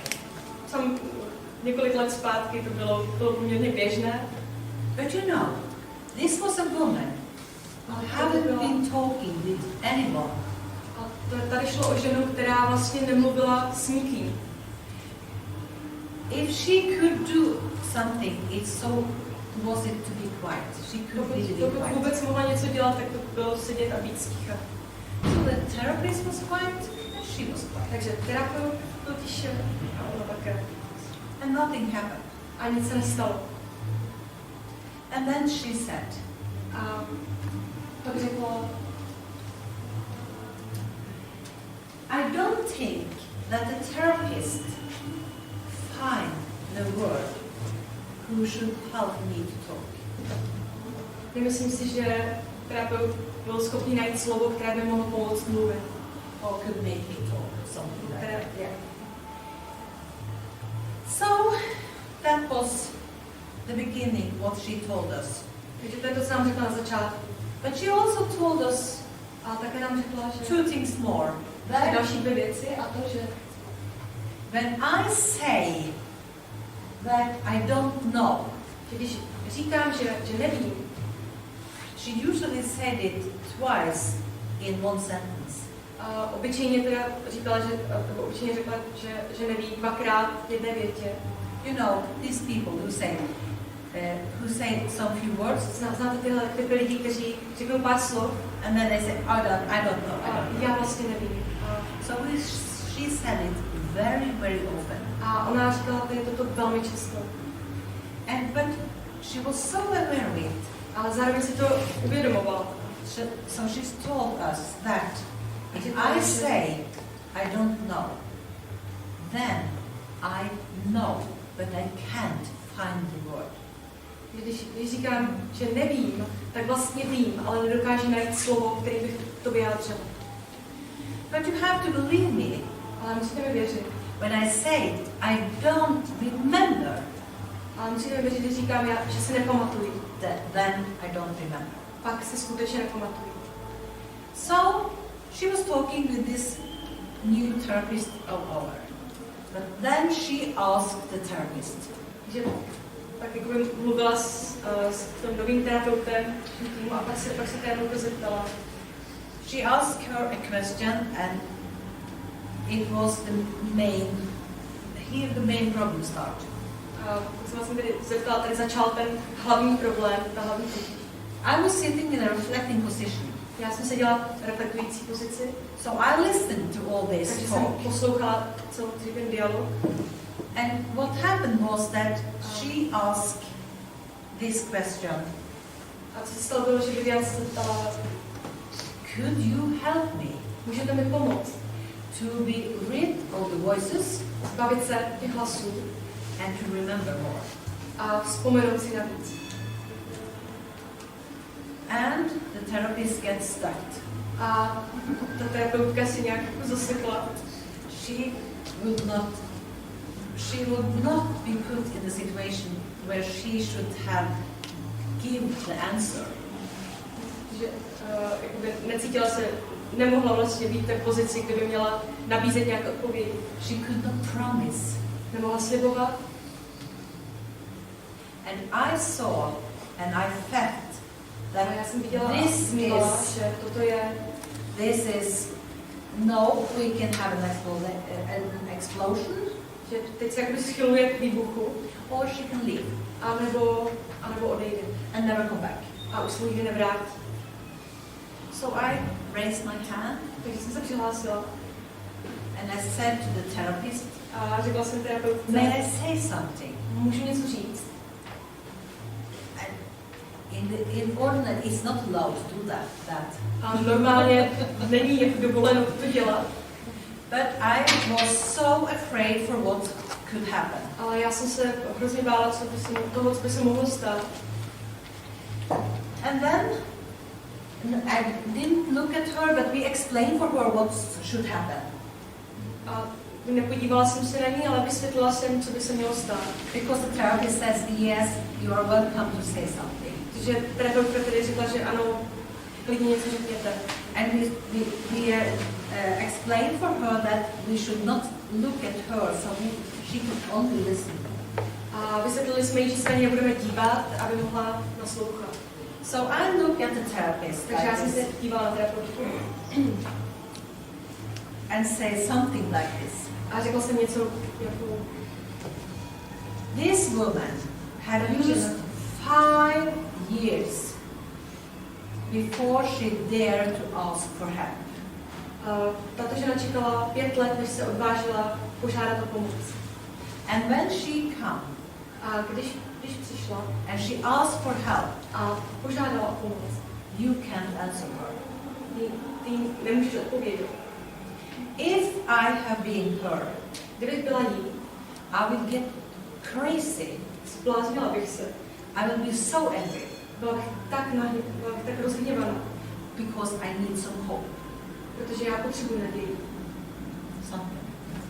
Takže něco takového jsem řekla. And then I said, I'm sure I said something more, but then jsem si skoro jistá, že jsem řekla ještě další věci, ale pak vlastně this was the main thing. Toto bylo to nejdůležitější. And what was happened was that Vivian, a co se stalo bylo, že Vivian vydala nějaký úlevný vzdech. I can at least come one time more. Že může vlastně přijít alespoň ještě jednou. And then I I will give it just a little bit hope. Že tomu ještě jakoby dá that you can help me. Trošku možností. Yeah. Trochu naděje, že tam pomoc může přijít. So she came and she were there she was talking with us for a very long time. A pak tady přišla a povídali jsme se velmi dlouho. But after five meetings, a po 5 setkání, I asked her, jsem se jí zeptala, could you tell me, můžete mi říct, could you tell me how is the voices today when you are alone? Jak se mají hlasy teď, když do they disturb you a lot? Trápí vás hodně, ruší vás hodně. And she looked at me and like, what is it? I don't know. Maybe they are disappeared. I don't know. Nevím, možná zmizeli. Vůbec nevím. But after 3 months we take this film. Ale po 3 měsících jsme natočili tento film. By that time we could talk about all the voices who have been there. A v té době jsme mohli mluvit o všech hlasech, které se... They were all men. A všechny byly mužské. Všechny ty hlasy patřily mužům. But after only 5 meetings, ale po pouhých 5 setkání, the voices was not so terrible for her. She could manage to have them without being disturbed. A vlastně po těch 5 setkání už vlastně ty hlasy nebyly tak by naléhavé a vlastně mohla už jakoby nemusela se na ně tolik soustředit. Mohla s nimi existovat, aniž by ji rušili. And it was never in my mind that we should ask a doctor to come and offer her medicine. A nikdy za celou dobu mě nenapadlo, že bychom měli přizvat lékaře, aby jí nabídl nějakou medikaci. And she had never used medicine. A nikdy žádnou medikaci neužívala. We helped her to create the language so she could talk with other people. Pomohli jsme vytvořit jazyk, který umožnil začít komunikovat, mluvit s dalšími lidmi. Because before, protože předtím, she had a bodily language. Předtím měla tělesný jazyk. And she couldn't find words. A nedokázala najít slova.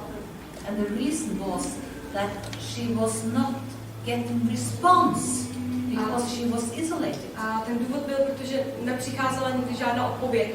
If no one welcomes the words, your expression, or give you feedback, or reflect on what you say, then everyone will feel alone.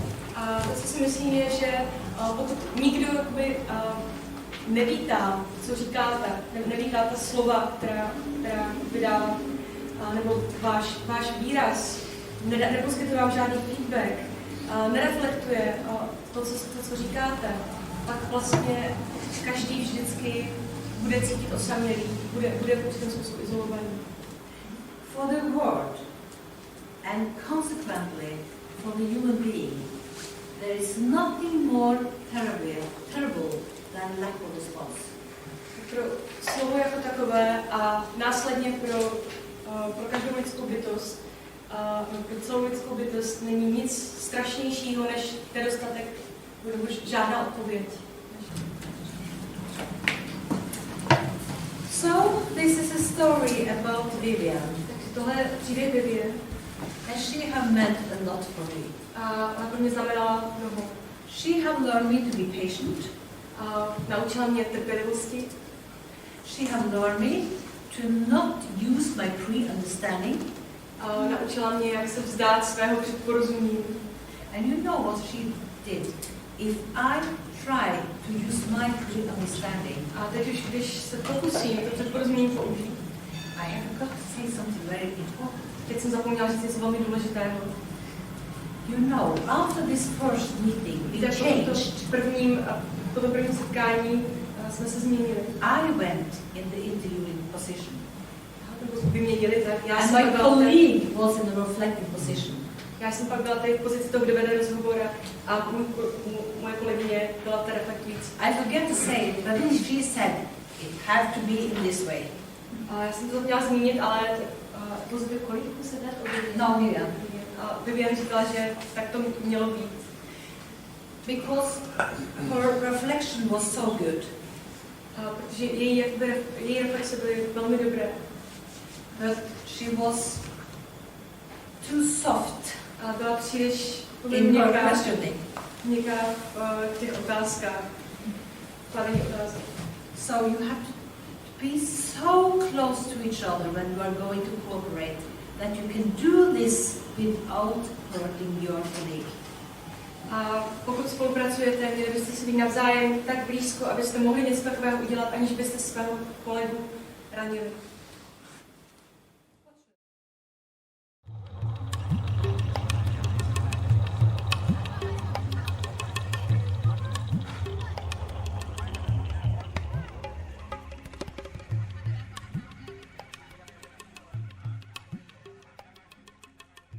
It is not a method, this way of working. Pro mě samotnou tento způsob práce a myslím, že i proto má pro mě nepředstavuje metodu. For me it is a way of thinking, a way of behaving, a way of meeting people. Pro mě je to způsob myšlení, způsob chování, způsob setkávání se s lidmi. I also said, I want to repeat, that a personal style to find a way of work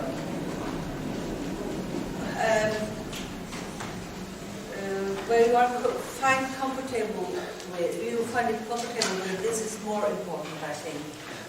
Ale také řekl, že jakoby váš osobní styl, osobní přístup k tomuto práci je ještě důležitější. The therapeutic conversation with a client or a family could lead to reflective processes by its own. A také bych ráda řekla, že že práce se vyvinou i s jednotlivcem. Oboje může vést k reflektujícím procesům. Tom talk about the inner conversation and the outer conversation. A tam také často mluvil o vnitřním dialogu a vnějším dialogu. And the inner conversation is what you have with yourself when you are thinking. Vnitřní dialog je to, co jakoby se odehrává uvnitř, kdy člověk jako přemítá, komunikuje sám se sebou. And the outer conversation is when you start out and the words are meeting someone who maybe could reflect it back. A vnější dialog je situace, kdy ta slova jsou jakoby je to vysloveno a ta slova se jakoby setkávají s někým na druhé straně, kdo tím nabízí nějakou reflexi, anebo je jakoby posílá určitým způsobem zpět, vrací vám spolu řečeno. So this work are about to giving people the possibility to change between inner and outer conversation. Takže toto je způsob práce, který lidem nabízí možnost nějaké změny na té cestě mezi vnitřním a vnějším dialogem. We give ourselves the possibility to investigate words. Znamená nabídnout nabídnout si sám sobě možnost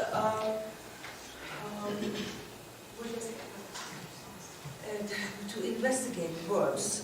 Možnost zkoumat slova. And not the assumptions and pre-understanding of the meaning behind. A ne jakoby domněnek, anebo nějakému předporozumění tomu, co chápeme jako smysl za těmito slovy. But the theoretical basics are inspired by. Jako ty teoretické základy jsou inspirovány především hermeneutic and phenomenological scientific view. Hermeneutickým a fenomenologickým náhledem. And it's also important that the reflections are linked to one's subjective perceptions of what you hear based on your own pre-understanding. Je také důležité zmínit, že reflexe jsou spojené s tím subjektivním vnímáním toho, co slyšíme a co je založené na našem předporozumění. It means that we can't be without a pre-understanding. Vlastně nemůžeme jakoby vnímat bez toho předporozumění. But it have to do with how we are able to not use our own pre-understanding. Ale záleží hodně na tom, zda jsme schopni dostat se do stavu, kdy toho předporozumění nevyužíváme. And also in which way we find different words or sentences so curious that we would like to investigate. Tak jakoby záleží na tom, která slova, která spojení, který výraz nás natolik zaujme, že jakoby ho chceme zkoumat, upoutá naši pozornost a vede nás k tomu, abychom ho zkoumali. But it's also very important for me when we start the conversation that we are setting the context. A pro mě je také velmi důležité, že v momentě, kdy začne dialog, nějakým způsobem také nastavit ten kontext. And what I mean with this is tím mám na mysli, že that we talk about what happened between us when we are in this room and how everyone are thinking just today. A to přímo znamená, že se jakoby bavíme o tom, co se bude dít, když jsme třeba teď spolu v této místnosti. A bavíme se o tom, co si myslíme dnes, jakoby tady a teď. So, what is this phenomenological perspective? Takže co je tedy tato fenomenologická perspektiva? This have a focus on what I would call life word. Fenomenologická perspektiva se zaměřuje se, koncentruje na to, co já bych nazvala slovo života. I have my experiences. Já mám svou zkušenost. It means that I have my life work experiences. Life word. Word. No, word. Please help us. Mám to slovo, že to je jakoby můj vlastní svět, můj žitý svět. And you have yours, for example. Takže já mám jakoby svůj žitý svět a ta druhá osoba má svůj. And when we meet, a když se setkáme, then we meet you take with you yours and I take with me mine. A když se setkáváme, neseme si tyto žité světy sebou. Yeah. So we have to respect yours subjective values and my subjective values in the meeting. Takže při tom setkání je velice důležité respektovat jakoby, subjektivní hodnoty toho druhého. So, when you talk with people, takže když mluvíte k lidem, and searching for meaning in the explanations or the word they use, a hledáte význam nebo vysvětlení v těch slovech, ve výrazech, které ten druhý užívá. For me, it's so important not to change this word, but listen to and go into the language they use. Pro mě je velice důležité v tomto procesu neměnit ta slova, která ten druhý používá, naslouchat jim a ponořit se do nich, ponořit se do jazyka, který ta druhá osoba nějakým způsobem předkládá.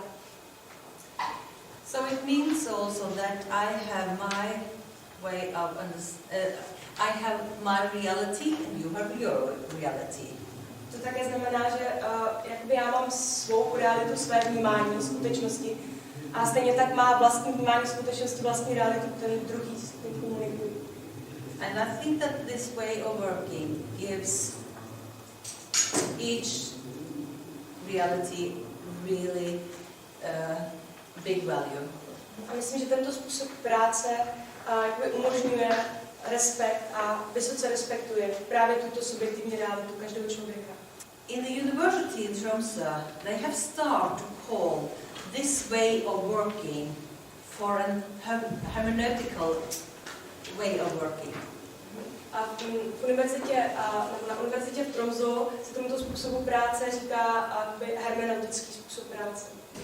When people are stuck in a situation, když jsme zaseklí v nějaké situaci, two people are quarreling, a třeba dva lidé se hádají, then the therapist's best job is tak to nejlepší, co terapeut může udělat, je to let them talk, nechat je mluvit, one at the time, jednoho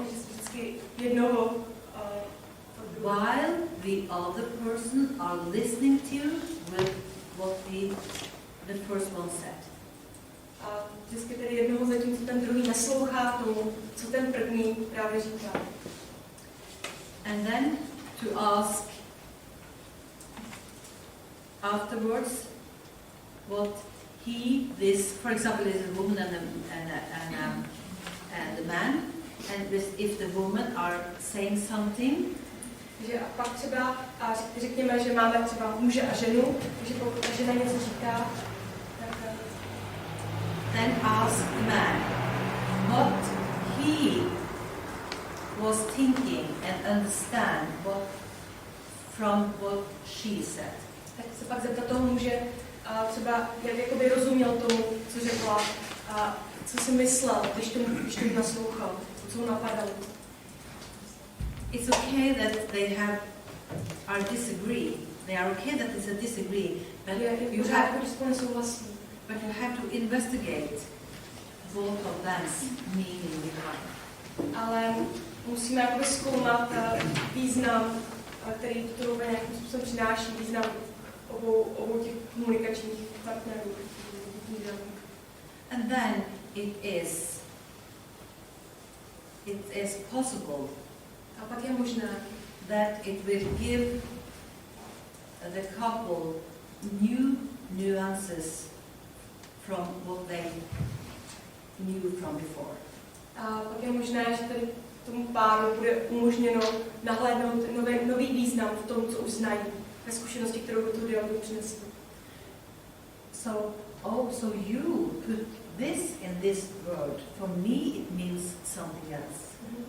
Že taková zkušenost toho jako páni, tak ty vlastně tímhle slovem myslíš toto, to je to, co do mě vkládáš. Takže to je třeba něco, co jsem předtím neznal, co jsem si neuvědomoval. So I read the last one. Our understanding are based upon our pre-understanding, and our understanding may be changed when we get new information that can change our pre-understanding. Naše porozumění situací jsou založená na porozumění. A naše porozumění, toto porozumění může být změněno, pokud přijmeme nebo dostaneme nějakou novou informaci, která mění naše porozumění. It's so important to always have in your mind Že je velmi důležité mít neustále na mysli. For example, that one word, že například jedno slovo can can mean something in Norway and it can mean different things here in Czechia. Že to jedno slovo může znamenat něco jiného v Norsku a něco jiného třeba tady v Čechách. We can put different values in it. Můžeme do nich vkládat různé hodnoty. And that's the reason that when you talk with people, I think it's so important to not use your pre-understanding before you have listened to what people put in the exact word. A proto si myslím, že je nesmírně důležité, že pokud mluvíme k někomu, tak nevyužíváme své porozumění, dokud jsme nenaslouchali tomu, co vlastně říká. What I meant when I said that Tom maybe was not so, maybe will be so agree that I said that social constructionism was what he was standing for. Když jsem mluvila o tom, že Tom by se mnou možná nesouhlasil, protože mám náhled na to, co sociální konstrukcionismus znamená,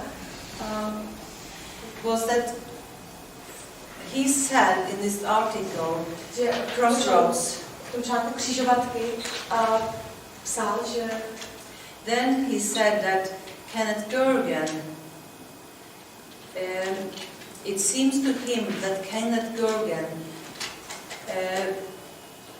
don't use more than that the language for Kenneth Gergen was only words. A v tomto článku napsal, že zmiňuje tam, že si myslí, že pro Kennetha Gergena byl jazyk pouze soubor slov. Jazyk jsou hlavně slova a jen slova. But for him, ale pro něj, it was also all kind of movement and signal and bodily experiences.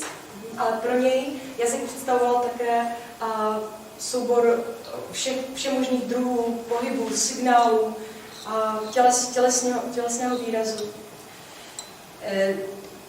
Which you can express when you are in connection with people. Vlastně cokoliv, co vyjadřujete v nějakém spojení s lidmi. For example, if we go back to Vivian, she had a lot of bodily expression. Třeba pokud se vrátíme zpátky k Vivian, tak právě ona dávala hodně najevo tělem. And it's not so polite to always, for me, to pro mě třeba není vždycky zdvořilé to say to her that I can see that. Třeba jí pokaždé jakoby říkat, že si toho všímám, že to vidím. That I can see that she are doing different things with her body. Že se svým tělem dělá různé věci. So I didn't talk with her about her different reactions, bodily reactions. Takže o jejich všemožných tělesných reakcích jsem se s ní vlastně nebavila. But I did it once. Ale udělala jsem to jednou. And I can't remember the exact situation. A nespomínám si přesně na tu situaci, ve které to bylo. But what I remember was that I saw something and I said to her, I can see that you have a reaction, and I didn't, something like that, I said. Ale jenom jsem tak udělala, řekla jsem, že jakoby vidím, že se teď něco děje, že jste něco udělala, nějaký tělesný projev. At this time she said to me, a tehdy mi řekla, oh, could you see it? I didn't know that anyone could see it. A řekla mi, páni, vy to vidíte? Já jsem doteď jsem nevěděla, že to můžete vidět. Still today, I'm not sure if it was good or bad. A What I did. já si dodnes nejsem jistá, jestli to, co jsem tehdy udělala, bylo dobře nebo špatně. But it seems to me that she was not immersed. Ale zdá se mi, že nebyla zahambená v rozpaci. But we can never know. Ale to je něco, co nemůžu nikdy vědět. Problems arise between people in the language, in a context. To jakoby, lingvistické systemické uvažování se zabývá tím, že jakoby, ty problémy, které vznikají mezi lidmi, vznikají v jazyce. And that it refers to many realities. Vztahuje se k mnoha realitám, nebo odkazuje se na mnohé reality. Or we can say that knowledge are co-created and constructed in a shared community through language. A že vědění se spolu utváří nebo je konstruováno v té sdílené komunitě skrze jazyk. You know that I am who I am, and what I felt, that when I get so insecure because of the language, that I couldn't manage to say what I really want to say. Víte, já jsem já a když cítím se velmi nejistě, když zjistím, že nemůžu vlastně říct to, co bych chtěla říct. We can use this as an example. Můžeme to třeba použít jako příklad. It's an important example. Jako důležitý příklad. Then I felt just a little bit insecure. Že já se v této situaci cítím trochu nejistě. Just in this situation when we have passed now. Právě v té situaci, kterou jsme teď prošli. At the same time, it was silent. A zároveň tady bylo ticho. And it's possible that the silence had nothing to do with my insecure. A je docela možné, že to ticho nemá nic společného s mou nejistotou. It's possible. Je to But you know, for a person who are sensitive, ale víte, pro lidi, kteří jsou citliví, it's not so easy to understand. So then I have to ask. To není tak snadné tomu rozumět a proto se lidi ptám. So this was a really good example of what happened in therapy, I think. To byl velmi dobrý příklad toho, co se stává v terapii. Nebo co se může stát v terapii. Yeah.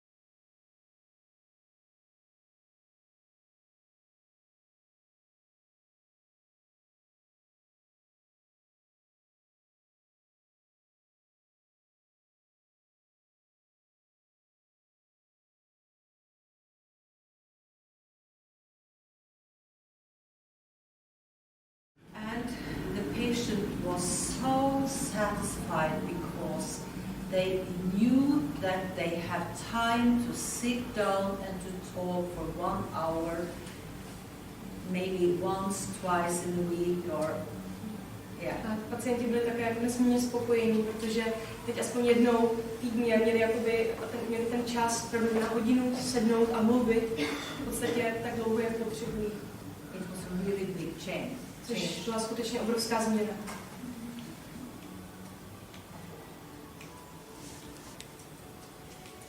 I had some ideas from Anders how to start. Ráda bych teď představila pár nápadů Toma Andersena, jako se začít. A reflecting dialogue. Jak začít ten reflektující dialog.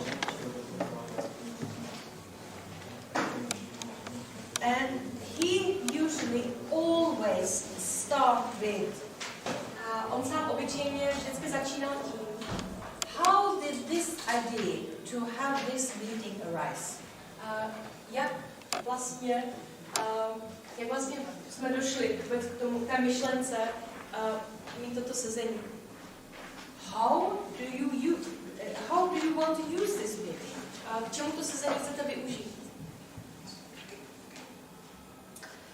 And of course, then when he started to talk, a pak samozřejmě, když začal mluvit, and when the client had made a definition of the problem, a když vlastně klient jako nějak definoval problém, then he said, pak řekl, who else is occupied with this problem? Kdo ještě se jakoby zajímá nebo je zahrnutý v tomto problému? For example, it could also be, when did you discover this first time this problem? Další možná otázka je, kdy jste si poprvé uvědomil to problém? Does this problem comes in special situations, for example? Objevuje se ten problém v nějakých jako zvláštních situacích? And what do you do to solve this problem? A co vlastně děláte, abyste ten problém řešil? But then he also used to go into, and as we have been talking a lot about, to go into. For example, we're into this question. For example, if just give you some. A pak také vlastně hodně jakoby se jakoby zabýval do hloubky nebo ponořoval do toho. Who else are occupied with this problem? Ještě se vrátíme zpátky k té otázce, kdo ještě jakoby je nějak zahrnutý nebo zajímá se o tento problém. For example, the girl we met on the film said, I think that my ex-husband is it. A například ta žena ve filmu, který jsme si včera pouštěli, říkala, myslím si, že je to můj bývalý manžel. Kdo ještě jakoby je. And if the ex-husband had denied to come to be included in the meeting, a pokud by bývalý manžel odmítl a být jako zahrnutý v tom sezení, odmítl přijít na to sezení, I think it would be a proper question to ask the lady. Pak myslím, že by bylo správné se té ženy zeptat. If your husband had been here in the present moment, what do you think he is meaning, or what would he like to answer? Pokud by tady váš bývalý manžel byl, co si myslíte, že by na tohle řekl? Co si myslíte, že by si myslel? What would he say about this problem? Nebo co by o tomto problému řekl? And sometimes I discovered that někdy si uvědomuji, že when you ask people, když se ptáte lidí, then who could you share these thoughts with? S kým můžete sdílet tyto myšlenky? They said, oh, I have no one today, but if my grandmother had been here, she's dead, I could maybe have shared it with her. Já dnes nikoho nemám, ale kdyby ještě žila moje babička, možná bych se ty myšlenky mohla podělit s ním. And then Tom learned me that it's very okay to Pak mě Tom naučil, že je určitě v pořádku to go in and ask if your grandmother have been still alive and she has been here together with us, what do you think she would have said when she heard your problem? A pak vlastně Tom také jako naučil, že je dobré se zeptat v této situaci, kdyby tedy vaše babička tady mohla být dnes s námi, co si myslíte, že by si myslela o tom, co říkáte, co si myslíte, že by řekla, kdyby slyšela, že máte tento problém. And what happened then? A co se pak stalo? It is that when the person maybe find an answer for what her grandmother would have said, možná, že když jakoby ten člověk se pak pokouší jakoby přijít na to, co by tedy vlastně ta babička byla odpověděla. Then, and when she said it loudly, a když to nahlas vysloví, she gave an answer to herself, vlastně si odpovídá sám, for what to do with the problem. A co vlastně dělat s tím problémem? Odpovídá se na tu otázku, co dělat. Was it understandable? Je to pro vás srozumitelné? How to prepare for reflecting processes? A jak se připravit na reflektující proces?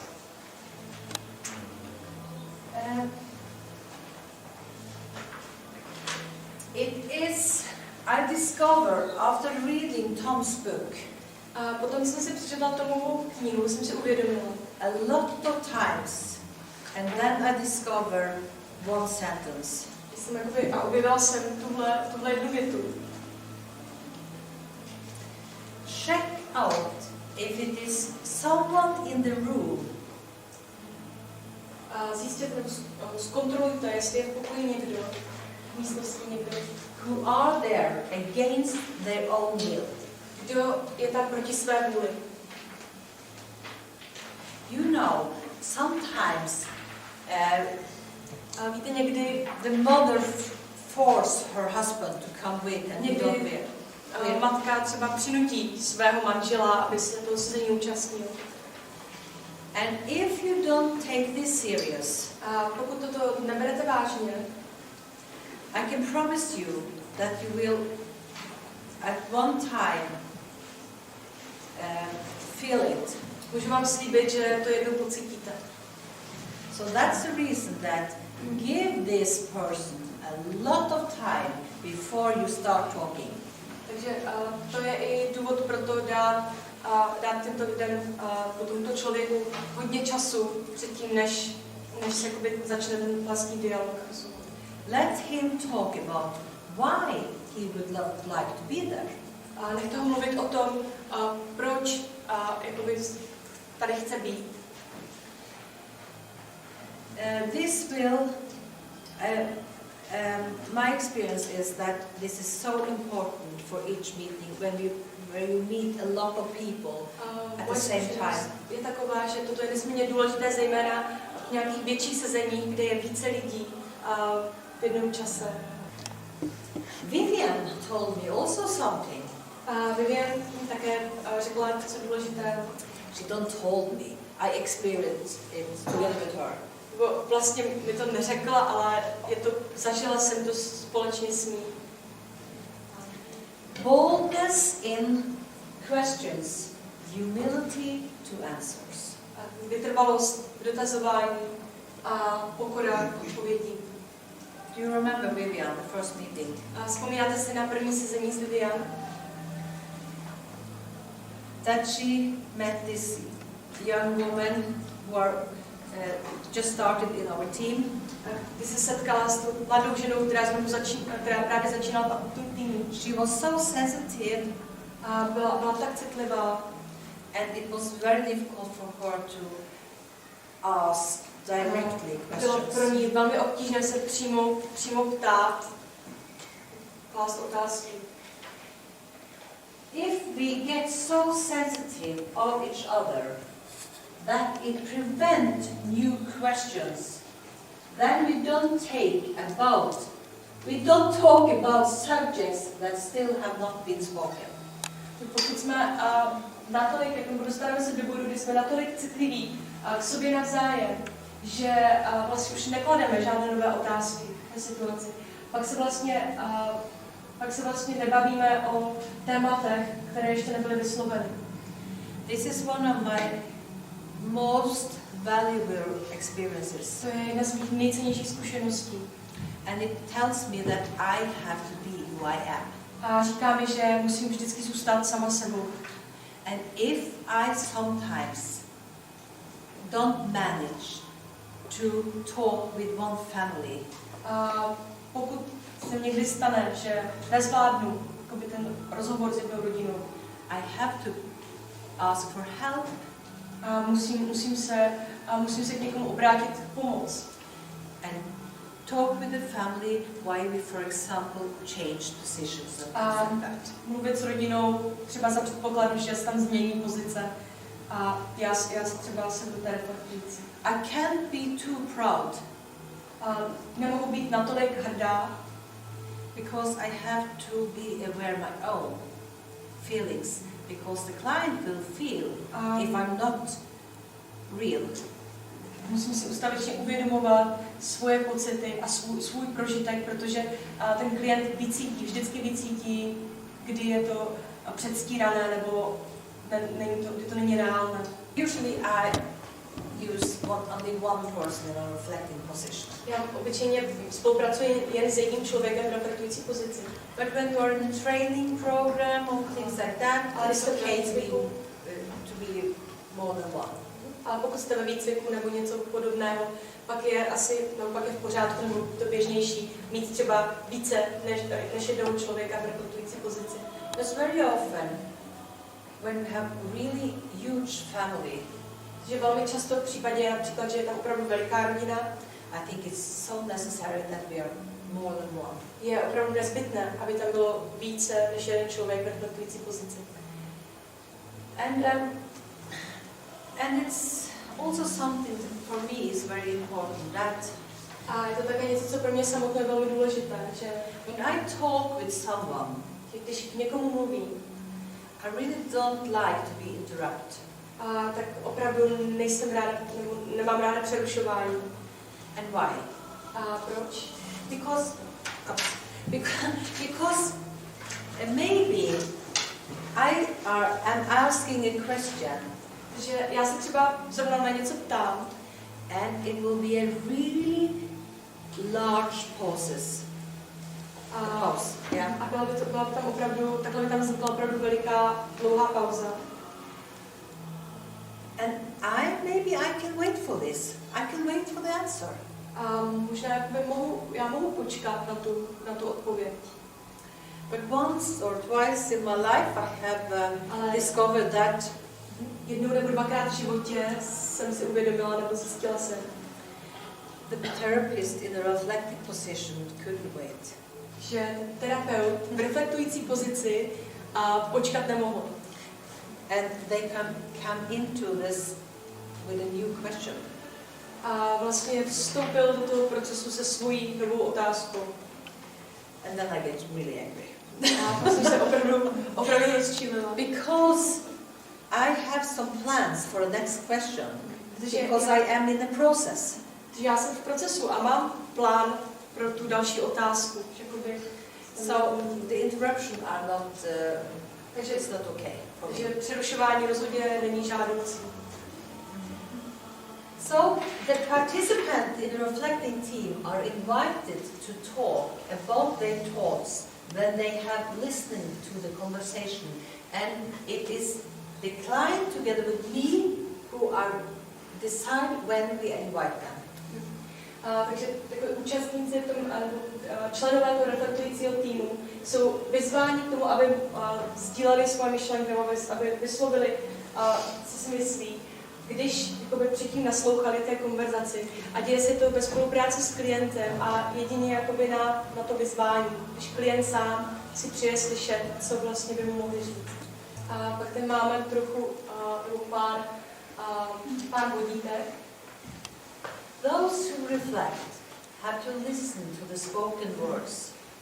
Takže reflektující musí naslouchat tomu vyslovenému slovům, která byla vyslovena. Reflection are based on the spoken words. A tyto reflexe, které nabízí, musí být založeny na tom, co bylo vysloveno. The words from the conversation is what decides the basis in the reflection from the reflecting team. A jsou to slova, která se objevují v tom dialogu nebo konverzaci, která určují základ reflexí toho reflektujícího týmu. And so, here you have this live word meeting live word. Takže máme tady nějaký jako žitý svět, nějakou žitou zkušenost. Word. Žitý svět, který vlastně jakoby, a tu žitou zkušenost, která se setkává s dalším jakoby, žitým světem. So, when people sitting in the reflecting position, mám teda někdo, který sedí v té reflektující pozici, they have to notice which word or sentence or situation who affects them. Musí jakoby všímat toho, které to slovo nebo situace, jaká zmínka v té konverzaci, která je to, co se jí dotýká. And give this back to take this up first and give it back to the family. Toto vyzdvihnout a pak vlastně jakoby vrátit té rodině. And then continuing with your own thoughts. A pak teprve pokračovat s těmi vlastními náhledy, myšlenkami.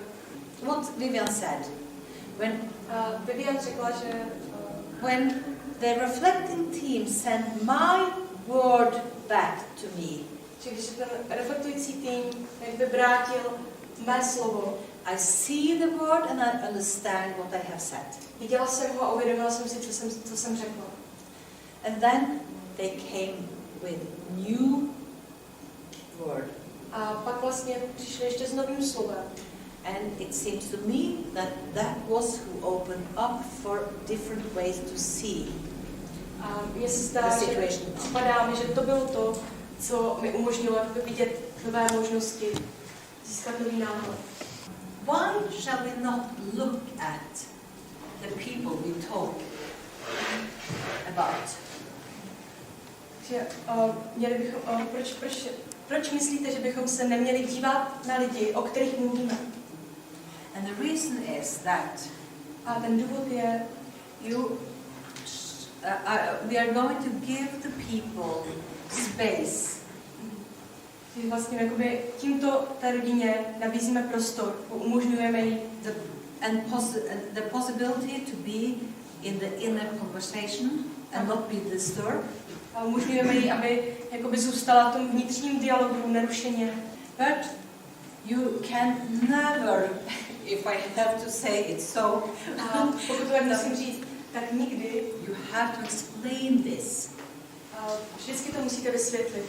When you start this type of work with the family, pokud třeba začnete tento typ práce s rodinou, because someone could find it really rude. Že jsou lidé, kteří to samozřejmě bude připadat velice jako hrubé, nezdvořilé. They could find it really rude that you talk about them as if they shouldn't be in the room. Že oni vlastně jako vy mluvíte, jako kdyby v tom pokoji vůbec nebyli. So set the context in the beginning. Takže vysvětlete kontext už na začátku. Then it will be no misunderstanding. A předejdete veškerému nedorozumění. I remember that Tom said to me that it's not so many rules. Že Tom mi řekl, že tam zase není jakoby tolik vodítek nebo pravidel, teda be polite. Stačí být zdvořilý, mít respekt. And never give negative feedback. A nikdy nedávat takový negativní feedback. And be careful about mentioning something, a topic, someone tries to hide. A vyhýbat se tomu, jste zmiňovali témata, o kterých víte, že se někdo pokouší skrýt.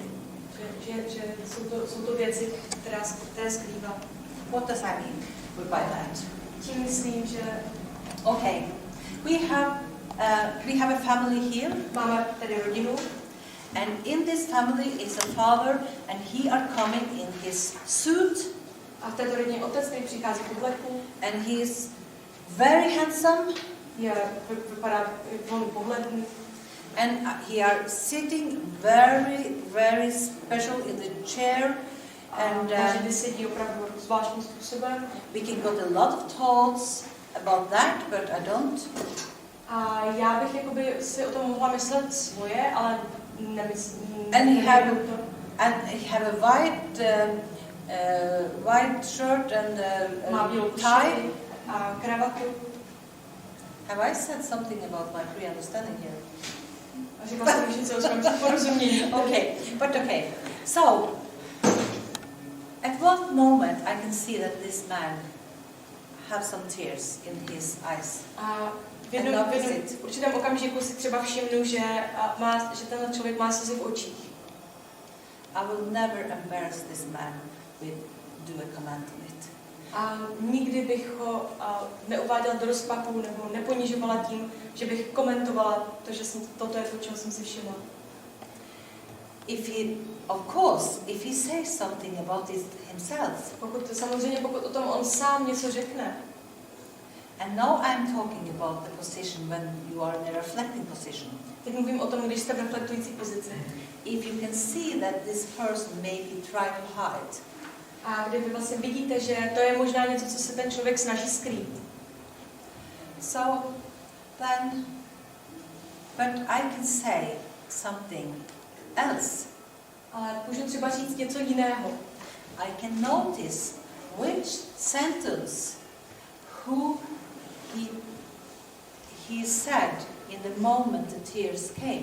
Mohu si třeba všimnout té věty, kterou řekl v momentě, kdy se objevily ty slzy. And I can say that when I heard the father say blah blah blah blah, I felt so maybe lonely or whatever. A mohu třeba říct, že v momentě, kdy jsem slyšela, že toto řekl, jsem cítila třeba osamělá nebo izolovaná, cokoliv takového. Then he can decide if he will cry more, if this word loneliness affects him, or he would like to be in the position he can decide by himself. A pak se vlastně může sám rozhodnout, jestli bude chtít plakat ještě víc, nebo jestli se to slovo osamělost skutečně jakoby je to, co odpovídá tomu, co cítí. You know, we react differently on different things. Reagujeme vlastně rozdílně na různé věci. And that is the positive with being a lot of people in the reflecting position. To je vlastně pozitivní přínos toho mít více rolí v té reflektující pozici. Because they will react from their own lived life in different ways. Oni vlastně budou reagovat na základě své nějaké vyžité zkušenosti rozdílně. And it could be like that the family could find something here they can use for an understanding. Je daleko pravděpodobnější, že ta rodina pak tak najde něco v těch reflexích, co mohou využít pro své vlastní porozumění. Thank you, my friend.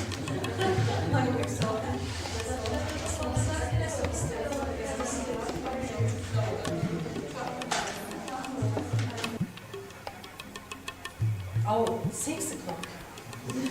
Precisely 6 o'clock. Přesně 6 hodin. I think that myslím, že we have to say goodbye. Myslím, že se teď musíme rozloučit. A pro tentokrát. This is a new experience for me because I had only once before have this type of workshop in English. A to je pro mě opravdu nová zkušenost, protože jenom jedinkrát vlastně předtím dobu, za celou tu dobu, teď jsem měla podobný workshop v angličtině. So I have to apologize for all searching by words, but but I have had a really good helper here. Thank you. She's not Norwegian, but she has been so good. One of the most important things I have learned from Tom. A jedna z nejdůležitějších věcí, kterou jsem se naučila od Toma, it is to build a network. Je jak budovat síť. And so I hope that you present for you important people to other, and in this way give them a possibility to have connections and to telling about the work they do to each other. Doufám, že i vy budete seznamovat lidi, kteří jsou pro vás důležití, že jim pomůžete vytvářet tuhle síť a sdílet svoje zkušenosti, třeba pracovní. So thank you. Všichni vám děkuji.